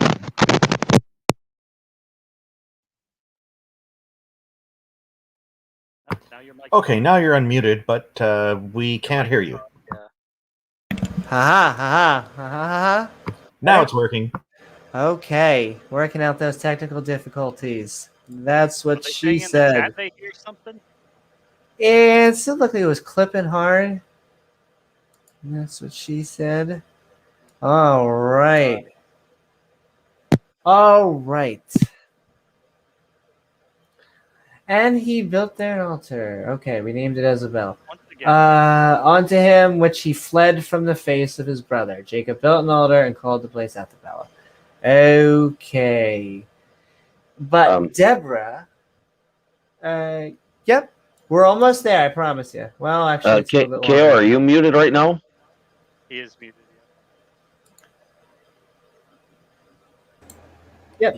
Yep, I mute myself between the chapters, man. Okay, well, I was just gonna say, I'm not sure, but I think the sound that was there came back when you came in to let Amy know that she was still muted. So, but I didn't hear it just now when you unmuted. So, yeah, figured out hopefully. We're good. We'll figure it out. It's science. We'll fuck around and find out. But Deborah, Rebecca's nurse, died, and she was buried beneath Bethel under an oak. And the name of it was called, whoa, Alan Bakachuth. Wow, that is not, Dan. It was called Dan. That is like a Cthulhu name right there. And God appeared unto Jacob again when he came out of Pandora's box and blessed him. Gesundheit. Again. And God said unto him, altars and blessings. Yep. altars and blessings. Thy name is Jacob. Thou shalt not be called any more Jacob, but Israel shall be thy name. Didn't we do this already? And he called his name Israel. That was last. He renamed him again. That was on the last episode of Skeptic Bible Z. There's a lot of that in the Bible because of the fact that it's a compilation of different works, and a lot of times those different works included the same stories retold slightly different ways, or variations on the same story. So, yeah, that's a common thing in the Bible to repeat the past or jump ahead of the past, and there's a lot of time traveling in the Bible, in the manner of speaking. A lot of time traveling. And God said unto him, Thy name is Jacob. Dun dun dun. Thy name shall not be. Oh, I said that. I was getting into my God voice. I'm sorry. And God said unto him, I am God Almighty. Hey, Bruce, baby, welcome back. Be fruitful and multiply. We're back to the being fruitful and multiplying. James, I hate to say it's one of us, because I'm hearing it. Be fruitful and multiply. A nation and a company of nations shall be of thee, and kings shall come out of the loins. And the land which I gave Abraham and Isaac to thee, I will give it, and to thy seed after thee will I give thy land. I am God Almighty. Decent movie. Be fruitful and multiply. A nation, a company of nations. And the kings will come out of your... that's either loins or lions. Either one's kind of weird, but okay. The land that I gave to Abraham and Isaac, I'll give you and your seed. And the land which I gave to Abraham and Isaac, hey, shout outs to old characters. I will give it unto thy seed. After thee will I give the land. And God went up in the place where he talked about him. Oh, hold on. Let me get to at least everything being happy. And God went up from him in the place where he talked. I heart you, Donald. And Jacob set up a pillar in the place where he talked with him, even a pillar of stone. And he poured a drink offering therein. And he poured oil, loin, oh, baby, therein. And Jacob called the name of the place where God spake with him, Bethel. Did you have something to say really quickly? Oh, I was just going to say, speaking of shout-outs to old characters, in between verse 12 and verse 13, you might notice that shout-out to Lot's wife. Woohoo! Stone, yeah, you didn't say salt, but... It says salt of the earth in between the chapters. There's a little thing that says salt of the earth, light of the world. Yeah, shout-out to Lot's wife. And okay, I can't imagine anything bad happening anymore. I think they lived happily ever after, and Rachel dies. Aww. Dun dun dun. Yeah, feminism. Okay, and they journeyed from Bethel, and there was but a little way to come from Erpath. And Rachel, we're just gonna go with Trime Taveled, and she had hard labor. As she journeyed from Bethel, Rachel had entered hard labor. Okay, and it came to pass, when she was in hard labor, that the midwife said unto her, Fear not, thou shalt have this son also. So the midwife said... hard labor is for childbirth, I guess? Yes, as opposed to soft labor. Yeah. Yes. The midwife said to her, Don't be afraid, you'll have a son, not a daughter. Ew. Oh, wait. Am I in the wrong chapter? I thought we were in 5, and I'm trying to catch where we're at, and I'm not finding it. We are on Genesis chapter 35. Oh, Genesis. I thought you were in Matthew earlier, and I switched to that, and I'm like looking for my place, and I'm like, why am I not finding where we're at? That was my reference to 12 and 13, because but I was still trying to find exactly where you're at, and it's like, I'm not finding it. Never mind. No, now I see why. Haley was bringing up a point of something good. Hey, Jesus is calling out a good advice. Okay, yeah, I got in here late, so I missed the context, and it just totally threw me off. Sorry about that. You're fine, Donald. We're having a good time. We're reading the Bible literally. What could go wrong, right? Yeah. Apparently, my not be getting here in time went wrong for me. So, oops. Woohoo! Oh, so it's been a common, so it's been clickety clacketing. I don't know. We need to get a tech guy like Kent Hovind. Maybe we need to get the actual Tech Hovind's Kent guy. Tech Hovind's Kent guy. I know he does. We'll pay you double of whatever he doesn't pay you. Okay. Anyway, so you could, if you mute everyone and just unmute, just let them unmute themselves when they want to say something, and then remute them again when they seem to be done. You could do that for a while, and at least then it should become obvious where it's coming from. Exactly. Let whoever it's coming from, let them know they've got to figure out how to fix it, or it won't get fixed. And okay, so, let's plan a funeral. Feel free to mute me anytime, by the way. I'd rather you mute yourself. I've been doing that. I'm just saying, if you want to mute me, feel free. I'm okay. No, you know what I want to do, Donald? I want to hug you, but it's COVID-19, so I can't do that. So instead, we're just gonna came to pass some stuff. Muting myself. Okay. And it came to pass, as her soul was in departing, for she died. Oh, who says the Bible can't be funny? That she called his name Benoni, but his father was called Benjamin. Okay, thank you, exposition mode. Dan. Baloney. Everyone in here is going to be called Dan. And Rachel died. Oh, and her name was And Rachel Not From Friends died. Or maybe she is Rachel from couldn't Friends. resist. Yeah, it's okay. Donald, I want you to know there is one excuse that you can break any rule on this channel. And that is if you have a joke in your head, you have to make it. I do not care what it is. You make that damn joke, okay? That goes for anyone, anywhere. Make the joke. Unless it's at a funeral. Seriously, I tried to fight it, but yeah. That's fine. I tried to too, but I can't. And few months later, and here we are in a podcast. And it came to pass. Actually, it's almost been a year. That's crazy. And it came to pass as her soul was in departing, for she died. Dun, dun, dun. And, oh, yeah, pepperoni. And Rachel died. Everyone's dying. And she was buried in the way to Ephrath, which is Benethelem. What? Okay. Bethlehem. Which is Bethlehem. But what are they saying? And Rachel died, and she was buried in the way to... Oh, okay, they're just giving specific. She was buried here, which is in here. Which is that, but yeah. Two names just to make everything easier to understand. And I will say, Haley, it's going to be hard. Randolph's skin, or not skin, his blood is made out of 100% maple syrup. So his atheist skills I don't know. Yeah, the maple syrup does give Canadians an unfair advantage in certain things. I'm just not in a position to state what those things are, as per rule of law here. That I can't. Unpublished law. Sorry, I can't get into that. Yeah, I'm from the Canadian part of Wisconsin, known as Upper Michigan, so I can speak about those things.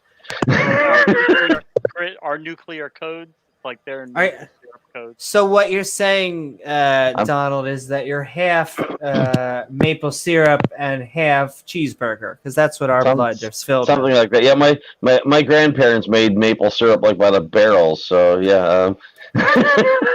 Okay. And that's why Canada is not quite and this is why Canada is not quite at 100% of world distribution of maple syrup, but we're close. Yeah, Upper Michigan, gets quite a bit of it.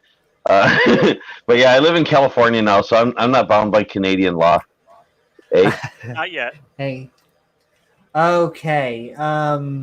Where were we? Where was people dying and barren graves? And Israel, who is a name, not a country, journeyed and spread his tent, which happens often in this Bible, beyond the Tower of Edar.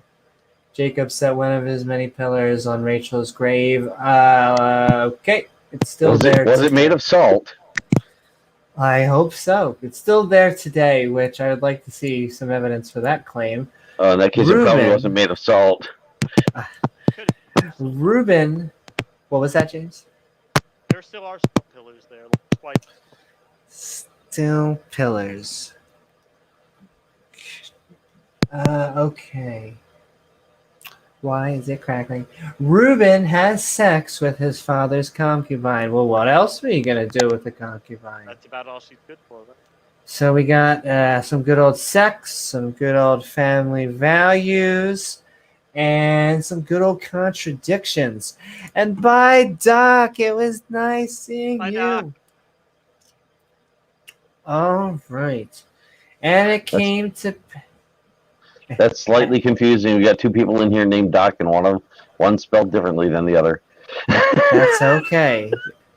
Only slightly confusing. Do you mean Doc and Doorknob, or is there two Docs? So we have two Docs? Yeah, I'm Doc. Oh, Dak. No, it's actually pronounced Doc. D-A-K, Doc. Okay. Yeah, it comes from a spare phonetics, so yeah. Short story. I've seen porn of that before. No, I'm just kidding. Okay, anyway, Reuben has sex with his father's concubine. Okay, and it came to pass, when Israel dwelt in the land that... I can't help it. I love Dave Rubin. I'm sure he's a nice guy, but I always am going to see Dave Rubin's name now. Yeah, Dave Rubin went and lay with Billabong, father's concubine, and Israel heard it. Now the sons of Jacob's ladder were 12. Okay. I mean, we've been passing by like 600 years at a time. All of a sudden, time is flying by at the speed of normal. Okay. Was that the Reuben the sandwich was named after? I wonder. Yes, it's both of those. It's both Dave Rubin, the podcaster, and the sandwich at the same time. And I mean, we are a politically incorrect channel, though. Haley, I will say, I love my mods. I won't. I won't over. I won't. Maybe it was the other way around. maybe that Reuben was named after the sandwich. I mean, it could be the other way around. I gotcha. And yeah, I think we'll do the same as modern day debate, unless there's no like absolute hate speech and people aren't telling each other to go kill each other, and they're going to be the person that's going to. If you're bringing the FBI into my channel, please don't do that. Please do not bring the FBI into my channel. Anything else? Okay, fine. You want to say why not the FBI? You're talking about the Federal Bureau of Investigation, or are you talking about the female body inspectors?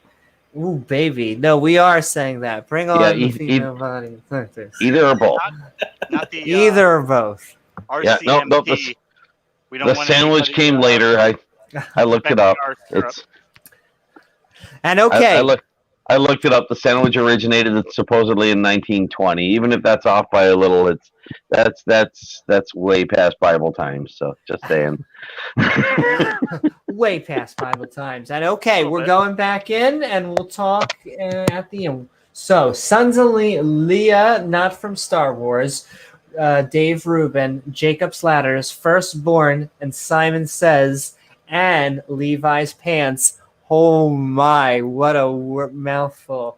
And Judah, like the song, and Issachar and Zebulun. The Zanzan. The sons of Rachel from Friends, Joseph and Benjamin's, got those Benjamins, and the sons of Billabong, Rachel from Friends' handmaiden, Dan and Nephitel. Oh my God. Here comes the king himself on screen. And the sons of Ziliph, Leah from Star Wars is not from Star Wars, is handmaid, Gadsad, and Ash Ketchum. How is it that intense of a clickety-clackety? I don't know. I don't know. If everybody would just mute themselves, like as long as they can until they have to say something, it would probably isolate it. So I'm just gonna mute myself until I got a real good reason to unmute myself, or somebody asks me to. Well, then we'll have everyone. And Jesus is. I'll get you in a second. Let's get through this chapter. We're gonna get through it. We went through the sons of Rachel from Friends, Joseph and slapping those Benjamins, and the sons of Billabongs. My God, Yahweh, when he gets into exposition mode, there's no mix here. It's black or white. We're either it's either he's giving us all these names which no one gives a goddamn about, or he's like up close and personal and basically like slapping, having high fives with Dan. I mean, come on, Yahweh. He'll tell you a bunch of names. Nobody knows who they are. Whatever. Yes, he's either so personal that you're like, I need a restraining order, or he's just giving us so much exposition that no one gives a shit. And and the sons of Ziliph, Leah from Star Wars' handmaid, Gadsad, and Ash Ketchum. These are the sons of Jacob's Ladder, which were born to him in Pandora's box. And Jacob's Ladder came onto Isaac, his father. Oh, wow. Whew. On to Mamres, on to the city of Rabbit Kadabra, which is Hebron, where Abram and Isaac sojourned. Once again, nothing bad will ever happen. It will probably be good. And then Isaac dies. At the young age of 180, yeah. He's got this. Isaac dies, and the days of Isaac or an 180 years ago, and Isaac gave up the ghost. Up the ghost? He was a ghost? And died, and was gathered unto his people, being old and full of his days, and his sons Esau the seesaw and Jacob's ladder buried him. Isaac finally dies at the age of 180. Jesus is. Woohoo! Welcome on board. And actually, before anyone says anything, yeah, we're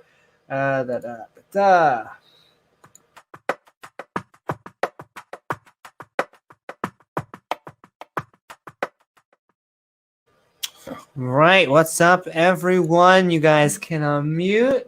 We just got done the book of Genesis, chapter 35. All right, Jesus is. Have you been watching? Do you have any thoughts on what we're saying? And if not, you can just say hi. Hello. Hello. Okay, there it is. And okay, what was everyone's thoughts? It was an exciting thoughts on chapter. That, KOC, a lot of excitement here. What's up, man? Any thoughts on the chapter, Genesis 35? Lots of excitement. We had some gods being hidden under an oak tree. Probably some of your gods. I've got a lot to say. I don't know if I should wait until the very end when everybody's when we're done with the chapters, or if I should, just bring up a couple key points, or what here. So, well, one thing I will say, Jesus is. Don't hate me. I'm bringing you to the top just because you don't have your camera on. But that doesn't mean you're not here. You're just behind the title. Sure. And then KOC champ, if you think that's prominent to the chapter, give a few points. But if not, feel free. We're going to have a finisher if you feel it's better there. Either way. I think it's strange that the Bible announces that there's other gods once again, with the quote unquote all their gods in his hand and their earring. Let's see. And it says, and the people of Luz, God, fled from the face of his brother, God? Like, that doesn't make much sense at all. Like, Jacob, then later Israel brings Yahweh to the table, and Yahweh meets his brother? I'm not quite understanding that at all.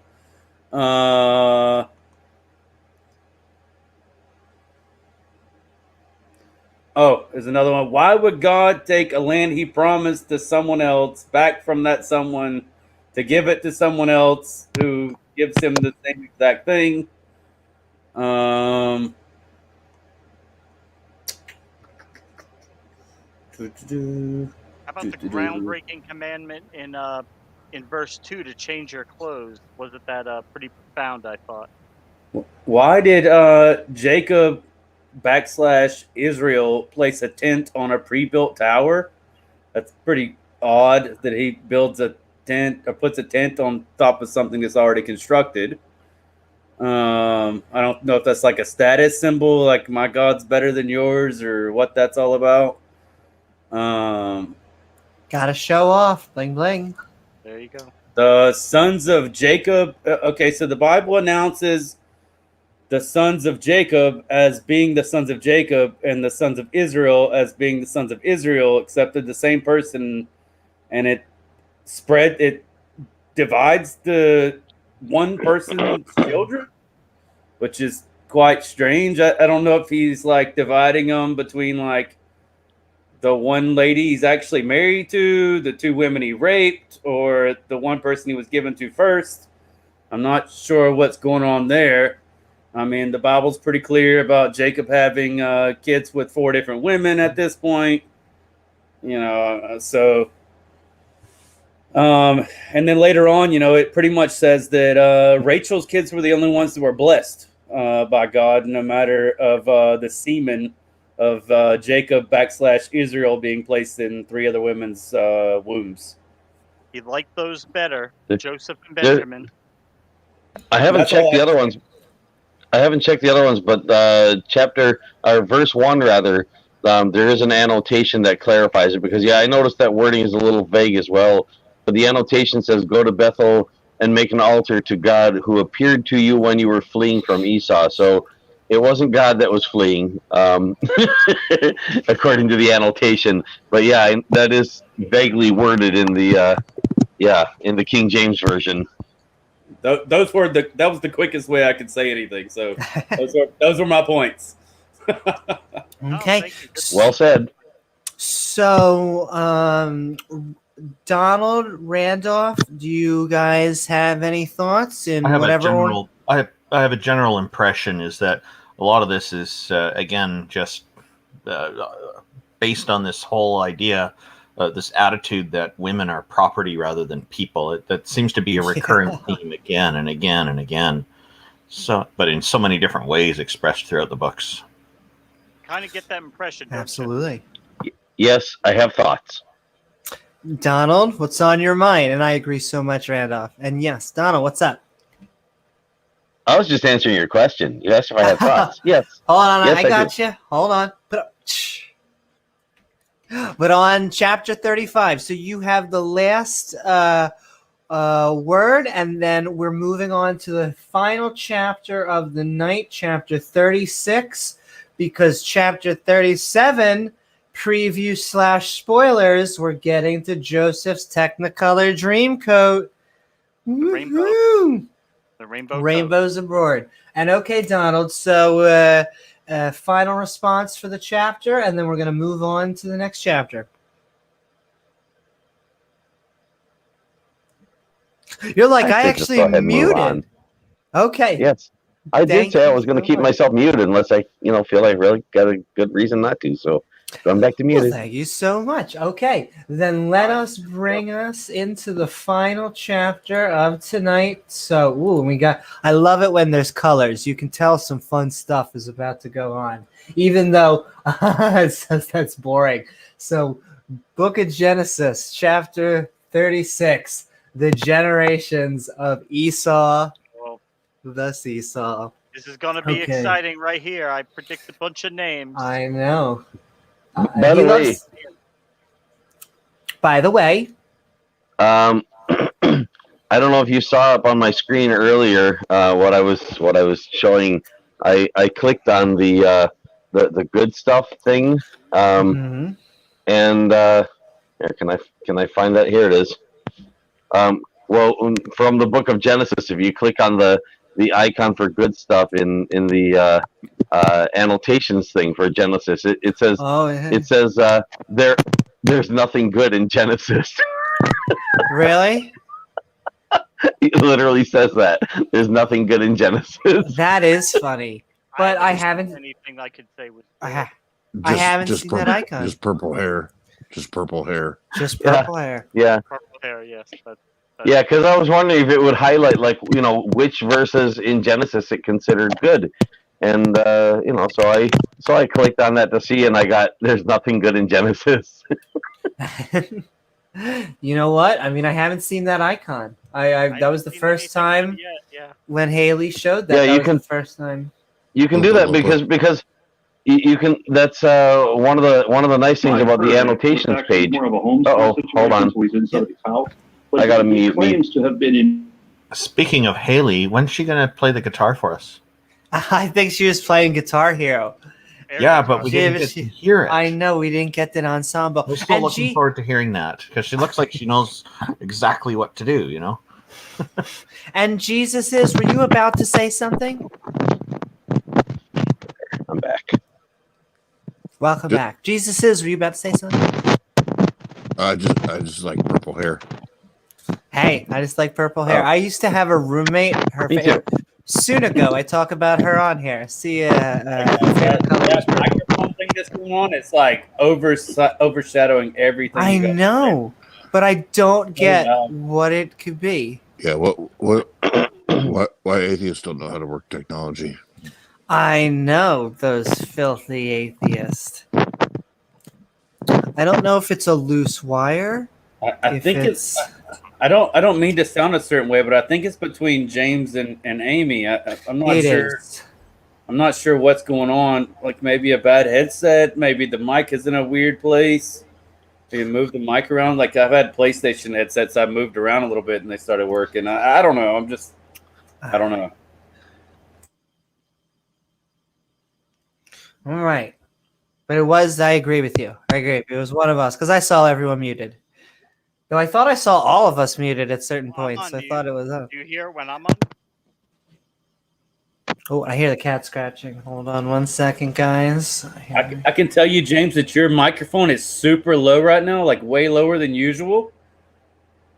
I don't know if that's anything to do with it, man. I'm just mentioning that. Is it still low? Yeah, that's still pretty low, man. You're about 25% of the rest of us. That's okay. I'll turn them up. Give me 1 second. Try now, James. Oh, just talk. Hello? A little bit better? Still about 25% of Still everyone pretty else. low. Still pretty low. I mean, I can make out what you're saying. It undid it. I did. Still can't? Is it bad? That's a little bit better, I think. I'll turn it all the way up. So that's as much as it'll allow me. Volume. Okay. Oh, we lost Jesus. We lost Jesus. Okay, Man, that's got him. okay. Come on back, Jesus. I love you. Praise you. Praise. And okay, guys, let's go into the Praise I final am. chapter. Praise I am that I am. But you hear All right. Okay, the generations of Esau the Seesaw. We saved Jesus, or Jesus saved himself. Welcome back, Jesus. All right. Now, these are the generations of Esau the Seesaw, who is Edom. Esau the Seesaw. Let's see. This chapter lists the descendants of Esau and claims that they became Edomites. I feel like that is a EverQuest word, but okay. Esau the Seesaw took his wives of the daughters of Canaan, Ada, the daughter of Elon the Hittite, and Abahamanama, the daughter of Anna, the daughter of Zibin, the Havatite, the Basmaths, Ishmael's daughter, sister of Nebajoth. Aren't we learning so much wisdom? Oh my goddess. And Ada bare to Esau the Seesaw epilepsy, and Bashemath bare Real. Okay.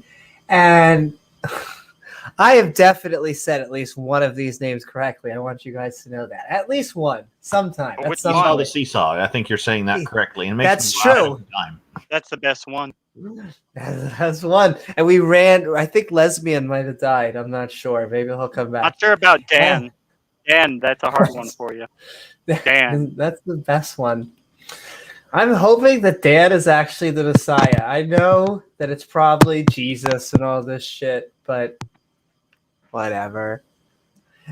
And Abalamama bare Juicy, he's juicy, and Jalam and Korah. These are the sons of Esau the Seesaw, which were born unto him into the land of Canaan. I'm going to say cannonballs. It's the land of cannonballs. This name comes up too much not to have fun. And Esau the Seesaw took his wives and his sons and his daughters. I'm hoping this ends well. And all the persons of his house. Okay, we got it. Wait. Is that slavery? That's a little bit of slavery they're sneaking in. And his cattle and his beasts and all his substance, which he got in the land of cannonballs, and went into the country from the face of his brother Jacob's ladder. For their riches were more than they might dwell together, and the land wherein they were strangers could not bear them because of their cattle. Thus dwelt Esau the Seesaw in Mount Siri. Trying to think of something good. Esau the Seesaw is Edom, and these are the generations of Esau the Seesaw. The father of... Name, yeah, he gets another new name. Yeah. the father of the Edomites in the Mount of Seir. Are you listening to me? These are the names of Esau's sons. This isn't going to be a list, right? Ephelem's. No. All these people are Ephelem's. important people. They're important. The son of Ada, the wife of Esau the Seesaw. Rael, the son of Basmath, the wife of Esau the Seesaw. And the sons of Ephes were Temem, Omar, Zepho, and Godam, Gundam Wing, and Kens. What? No Dan. Someone. You can see this is a highly quoted paragraph in many sermon Bible studies. Lots of substance to this. Lots of substance. And Timba and Simba was concubine to Elphus, Esau the Seesaw's son, and she bare, got sexy, to Elphus, Emek. These were the sons of Adath, Esau the Seesaw's wife. One of Esau's sons, Ephelus, had a concubine named Timeh. Amalek was their son. Okay. Yay. Glad to know it. And these are oh my goddess, the sons of Reel, Nath, and Zur, Shammah, and Mizuth. These were the sons of Bamath's, Ethuf's wife. And these were the sons of Alume, the daughter of Anna, the daughter of Zubin, Isuf's wife. And she bare Isu, Jesu. I want you to know that Game of Thrones didn't have these many names. Come on, people. And Jamal, Jamalama, and Korah. These were dukes of the sons of Esau the Seesaw, the sons of Elphs. Yes, the firstborn dukes. We got some dukes. Dukes of Hazzard. Dukes of Hazzard, baby. The sons of Elphs. The sons of Elphs. Sure, why not? The firstborn of Esau the Seesaw, Duke Temen. Does anyone have any idea what they're talking about right now? They're just going through all these names. They're just naming names. Temen Duke Omar, Duke Zephuf, Duke Kenems, Duke Karate Queen Elizabeth went back in the past and made all these people dukes. I know. Duke Gundam Wing, Duke Amalekite. These are the dukes that came all over on Alphas in the land of Edom. These were the sons of Ada. These were the sons of Reel, Cecil's son, Duke. More dukes. Duke Nukem. Yeah, Duke Nath. Duke Nukem. Koran? Oh, Korah. Okay. Kick ass and chew bubble gum, and I'm all out of gum. Duke Zera, Duke Shaman, Duke Mizah. These are the dukes of Hazard that came all over Reel in the land of Edom. These are the sons of Bamath's, Ephru's wife. These are the sons of goddess Ahobamamo, Esu's wife. Just naming. I'm just throwing out letters at this point. More fucking dukes. Duke Holy shit. Juice and Duke Jum, Duke Kura. Didn't they say that already? Didn't we duke these people already? These were the dukes. Renaming the same one. We're reduking people. The Came of Alamo. Duke Praise. Duke Smokey. Duke Maddox. Duke Saul. Everyone's a Duke. The daughter of Anu. Esau Seesaw's wife. These are the sons of Esau the Seesaw, who is Edom, and these are their dukes. Well, I'm glad. If they didn't put that line in there, how are we going to know that they were dukes? These are their dukes. Put up your dukes. Come on. Okay, these are the sons of Seir, the Horite, who inhabited the land of Lotan and Shobanal. I wish I knew more about these Lord lands. of the Rings. Yeah, that too. I wish I knew more Lord of the Rings terminology just to throw, because you can only say Midar, once or twice. I can't just go Midar, Lotan, but I want to. Ebon. Yeah. Lotan. That sounds Mortal Kombat-y. I want to go to Lotan. And Take Lotan. Dishan. I've got Shobal. All right, let's go. Dishan and Izar and Dishan. These are the dukes of Horetz, the children of Seir in the land of Edom. Very interesting. And the children of Lotan were Hora and Hemam. And Lotan's sister was Timah. and the children of Shobal were these Alvin and the Chipmunks, and Mammoth Dude, and Abel Likes It, and Ben Shapiro, and Omen, and Dan. Always Dan. And G-Man. G-Man's in there somewhere. Wow, these people are all that's prophecy fulfilled today now. I know. This is like amazing. a who's who of important people. Uh-oh, stripper liquor in the house. What do they say? Duke Dynasty out here. Dynasty, yeah. Whew. And okay, where were we? I get lost in the excitement sometimes. The asses. You're on 24.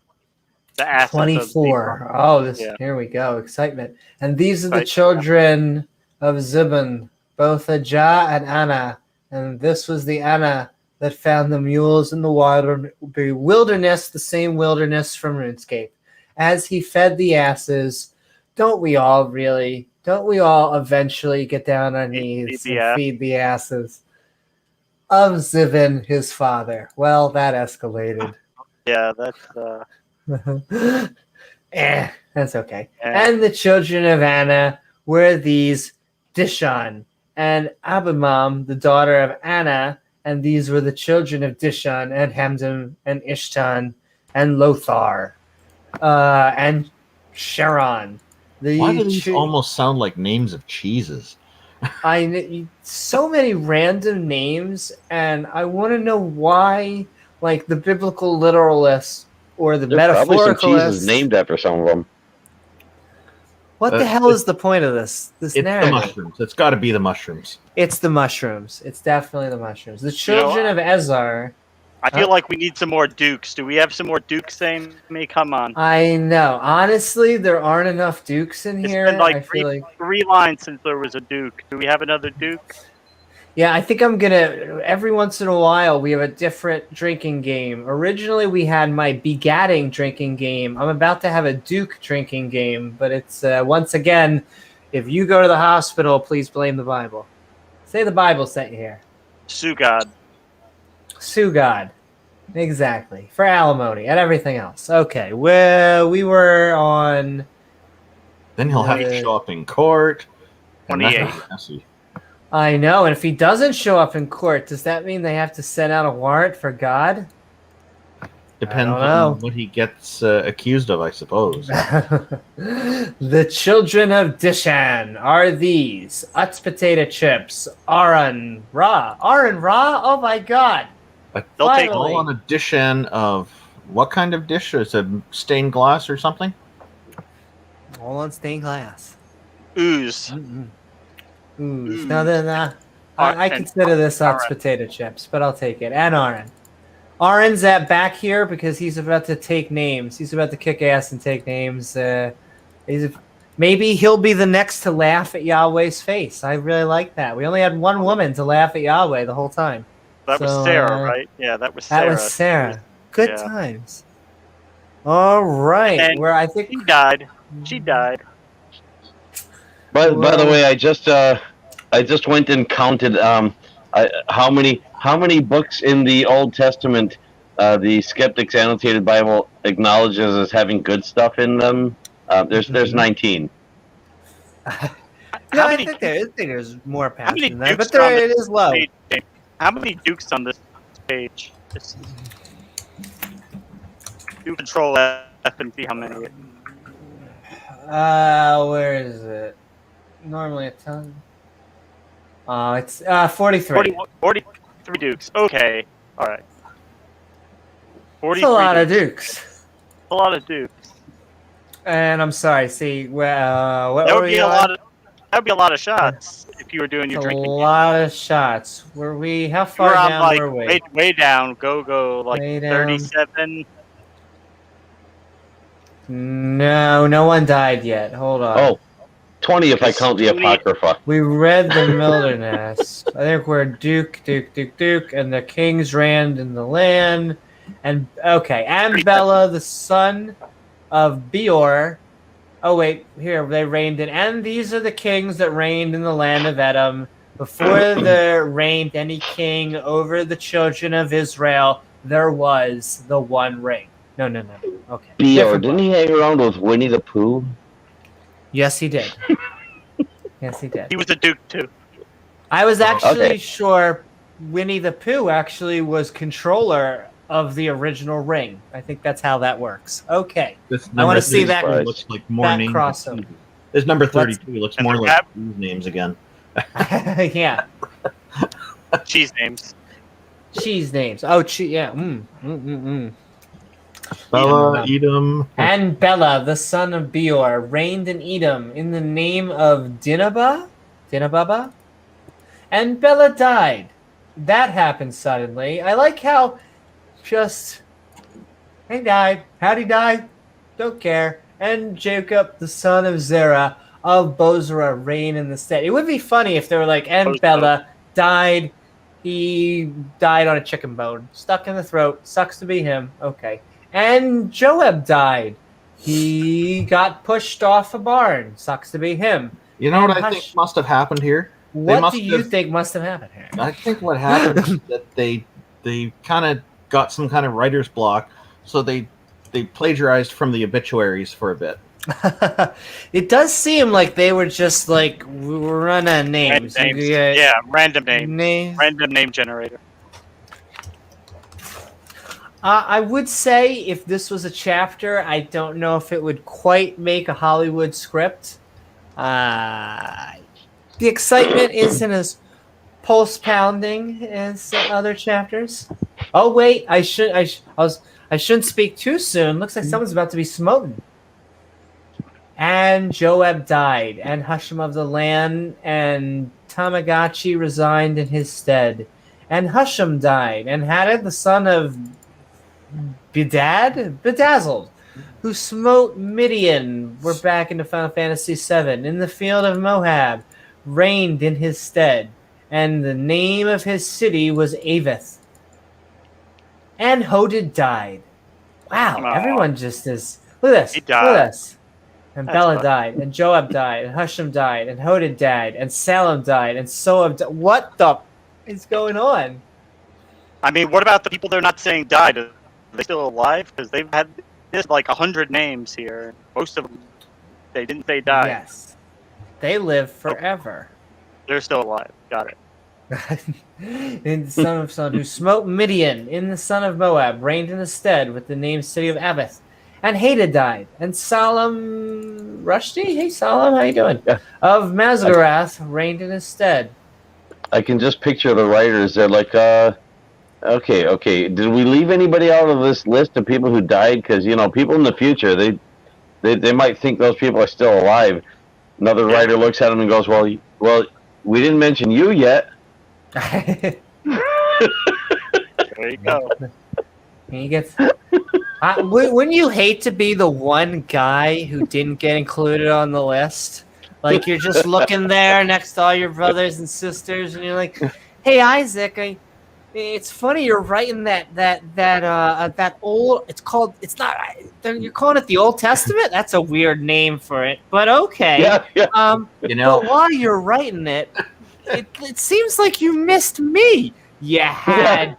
Salam and Hadam and Joab and Bela and Husham and Fucking Ben Dan. and I love And how Dan. you throw in Old Testament. Gee, that's a weird it's name like- from it. I know. Okay. Yeah. Why was it not It's you? like you're not dead yet. It's like you're not dead yet. Oh well, can't you fix that? Can I be a duke? I want to be a duke. I want to be a duke. I'm not. Why am I not a fucking duke? I think probably, given how jealous and angry that God it reportedly is, it might be better to not be noticed by him. By the way, I like that reference to Duke Nukem being out of chewing gum earlier. So yeah, just saying. And okay, let's bring it More into dying. the landing, and More then dying. we'll have a chapter. We'll finish up with some dying, and then we'll have our chapter/final night review wrap up.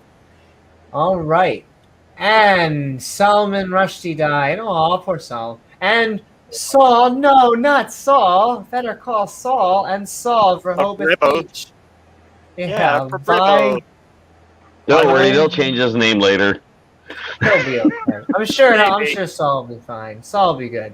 River reigned in his stead, and Saul died. Womp womp. I don't know. I wouldn't go as far as to say he'll be good, but he'll be better than he was. Yeah. and Balahana, the son of Akbar, a little bit okay, reigned in his stead. If you were in an airport and I just said that all of a sudden, I guess I'm sorry. And the son of Allah Akbar, huh? The son of Allah Akbar. This isn't my joke, but I just want to run by one time, just going, Allah snack bar! Oh my God, it's just such good. It's so good. Oh, Allah snack bar. Oh, so good. Oh, the food here is great. Next here we got Mr. Batman. I love a snack bar, huh? I'm here all night, folks. Tip your waitress. Anyway, and Balahana. Mr. Batman. Mr. Batman. And Mr. Pac-Man? Oh, yeah. And Mr. Pac-Man. Mr. Badman, yeah. Batman.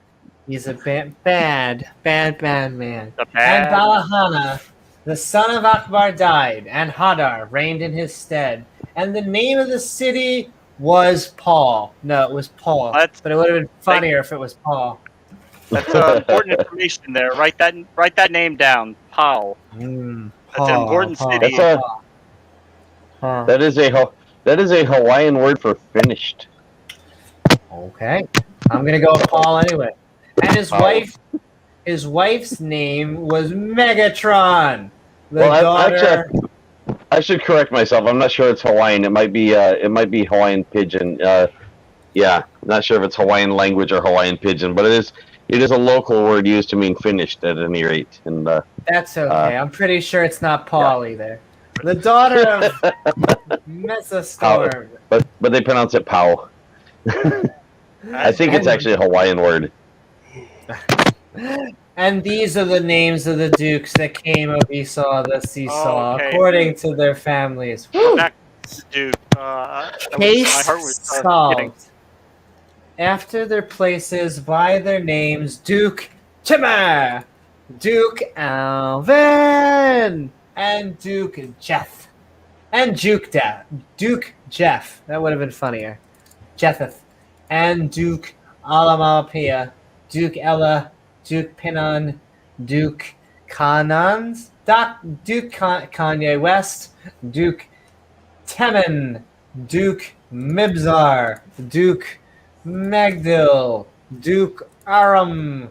Oh my lordy. And these be the dukes of Edom, according to their habitations, in the land of their possession, my obsession. He is Esau, the Seesaw, the father of the goddamn Edomites. Don't you forget it. Woo! Duke, by the way, meaning basically a lesser landowner. Like someone who owns land under the king who owns the land, or the person who was high enough in their inheritance position to be worth mentioning here, basically. but higher than an earl, but not as high as the count. But not as high as the count.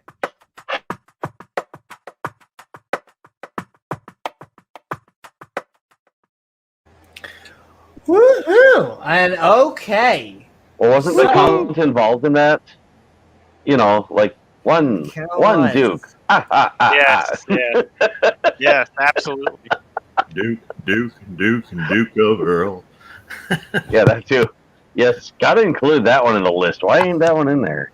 Yeah, 43 dukes in that chapter. I mean, they're making the queen jealous. What were they thinking, leaving out such a famous future duke? I just want to make a quick note that the terminology for a duke is only estimated to even come around after 800 AD at the very earliest, which kind of like doesn't really play well with the whole, having dukes. Yeah. Having dukes in the Bible theory. It would have been a term for a nobleman, I guess, sort of like a duke, but yeah. Well, that's why I translated it to basically, people people with inheritance positions high enough to be worth mentioning in the list. Because, yeah, I mean, the Bible wasn't written in English.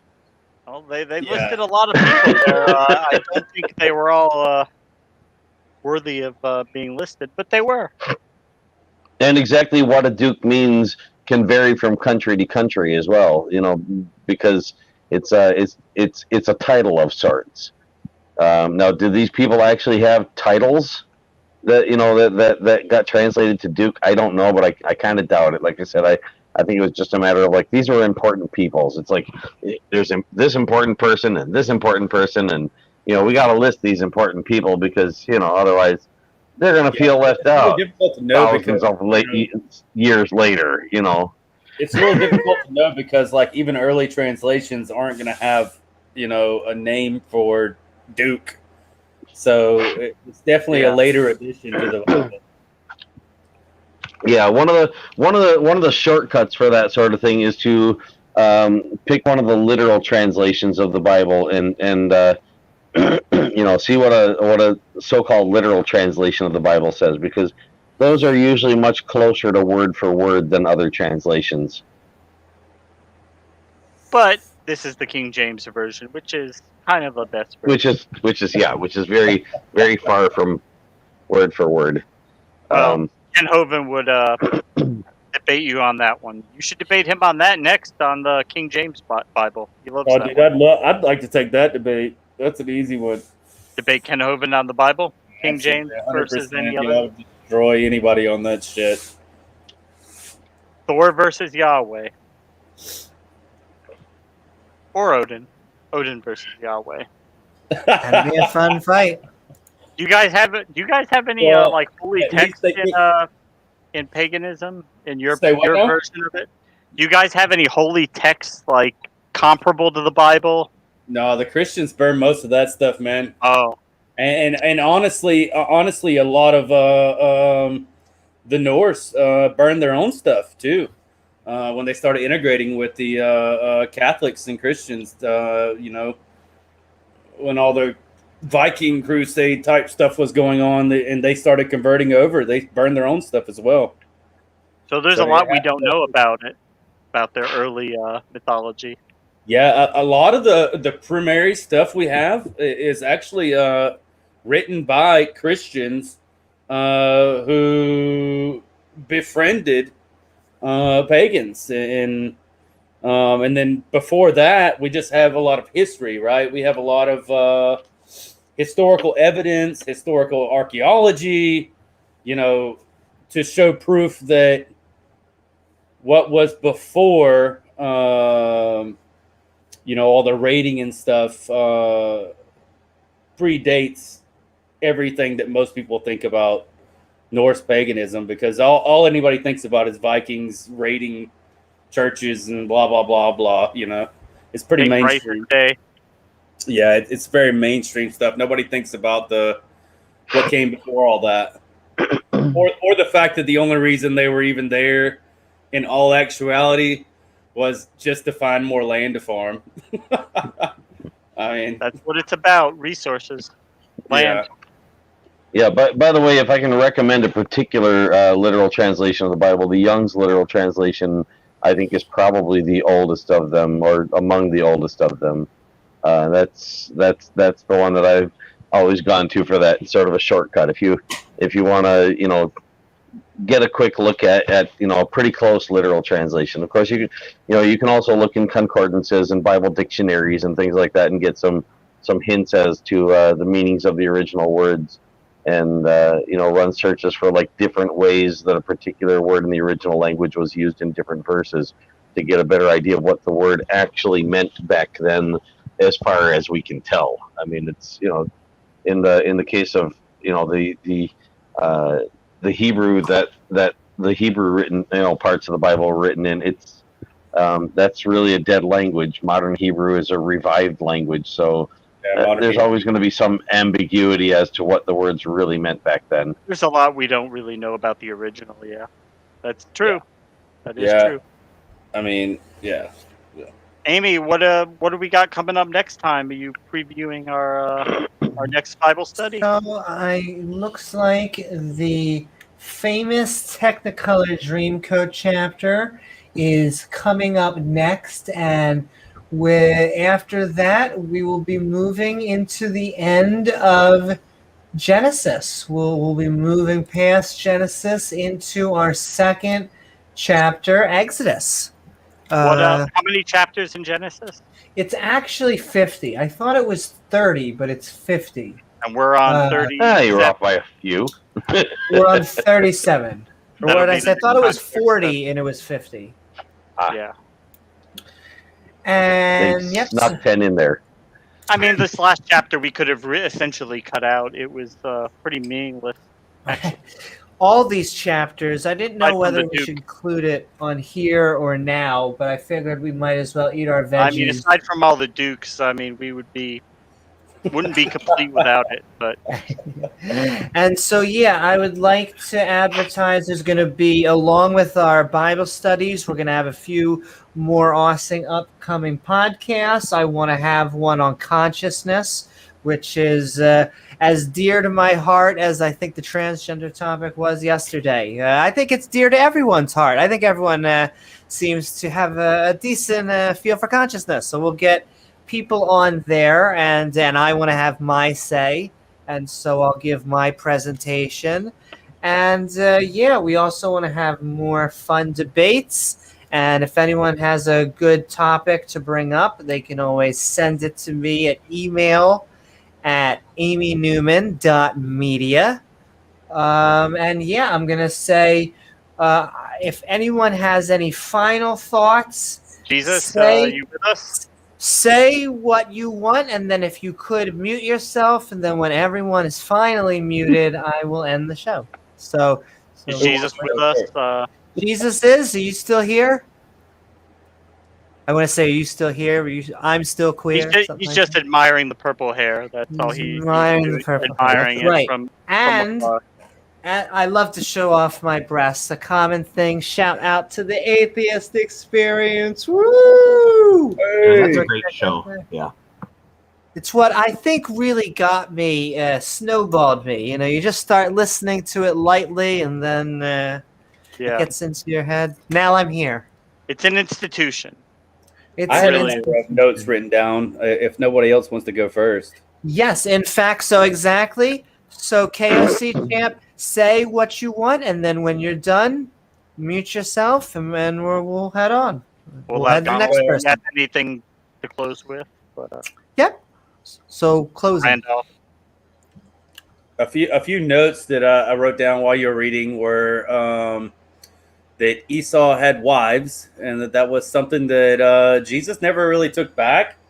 We know that Jesus stated, women can have a divorce by formal paper, blah, blah, blah, blah, blah, blah. But never the fact that men couldn't procreate with multiple women. Esau takes a daughter amongst the Hittites, of whom we know were, quote unquote, completely slaughtered. Every man, woman, and child, the ox and cattle, and blah, blah, blah.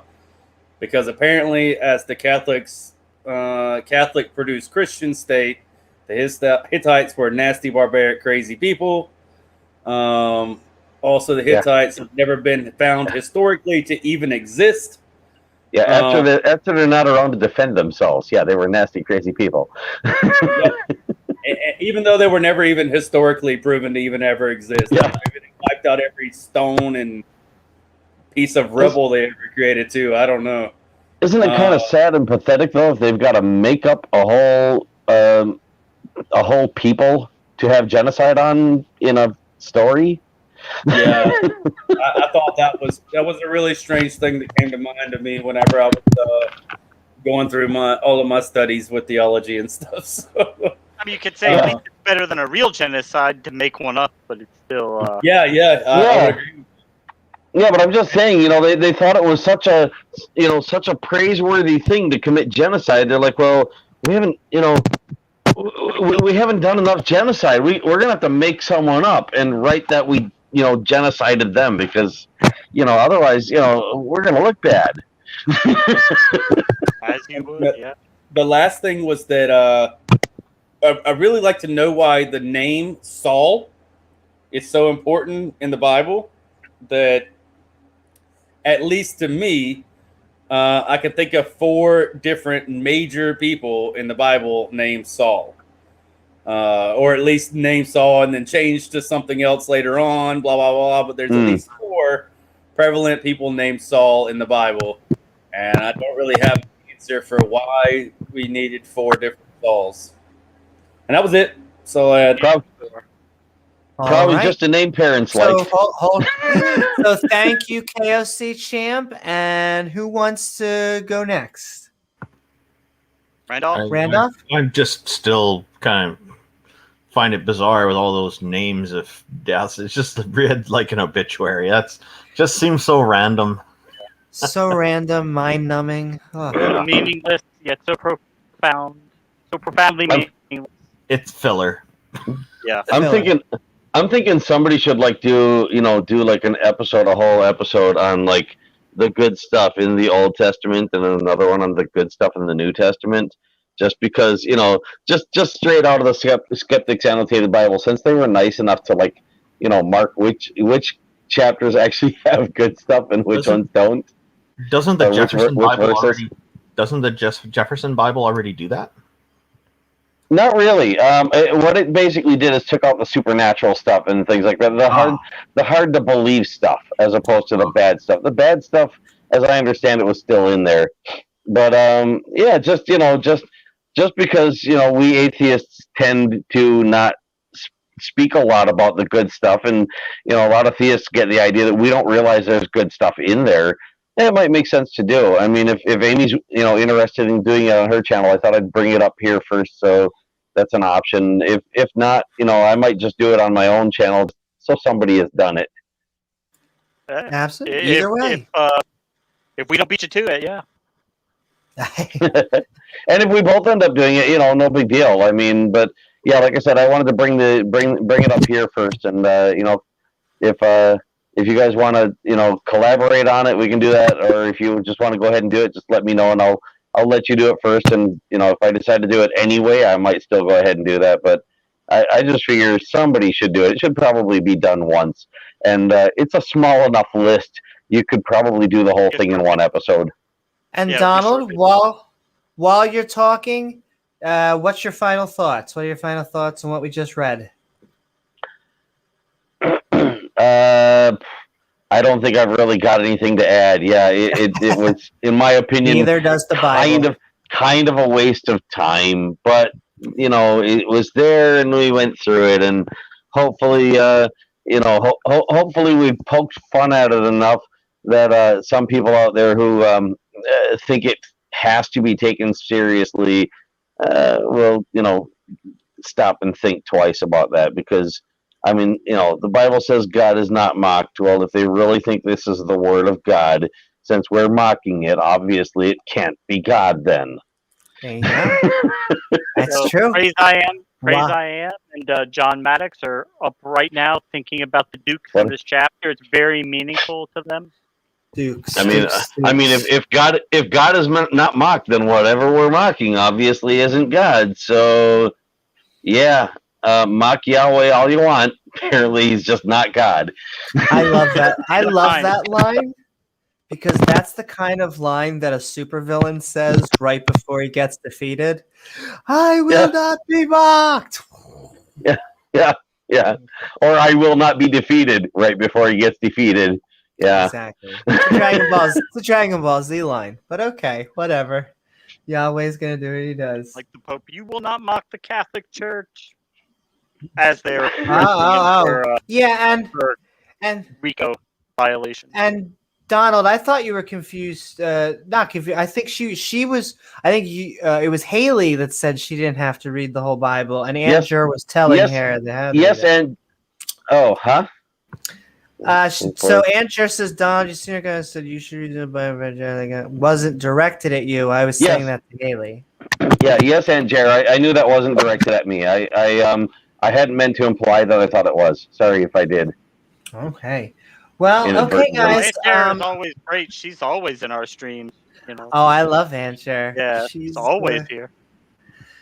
She's my spirit animal. Okay. I did mention right after she had made that comment that I have read the whole Bible, but that wasn't meant to imply that I thought the comment was directed at me. I knew it wasn't.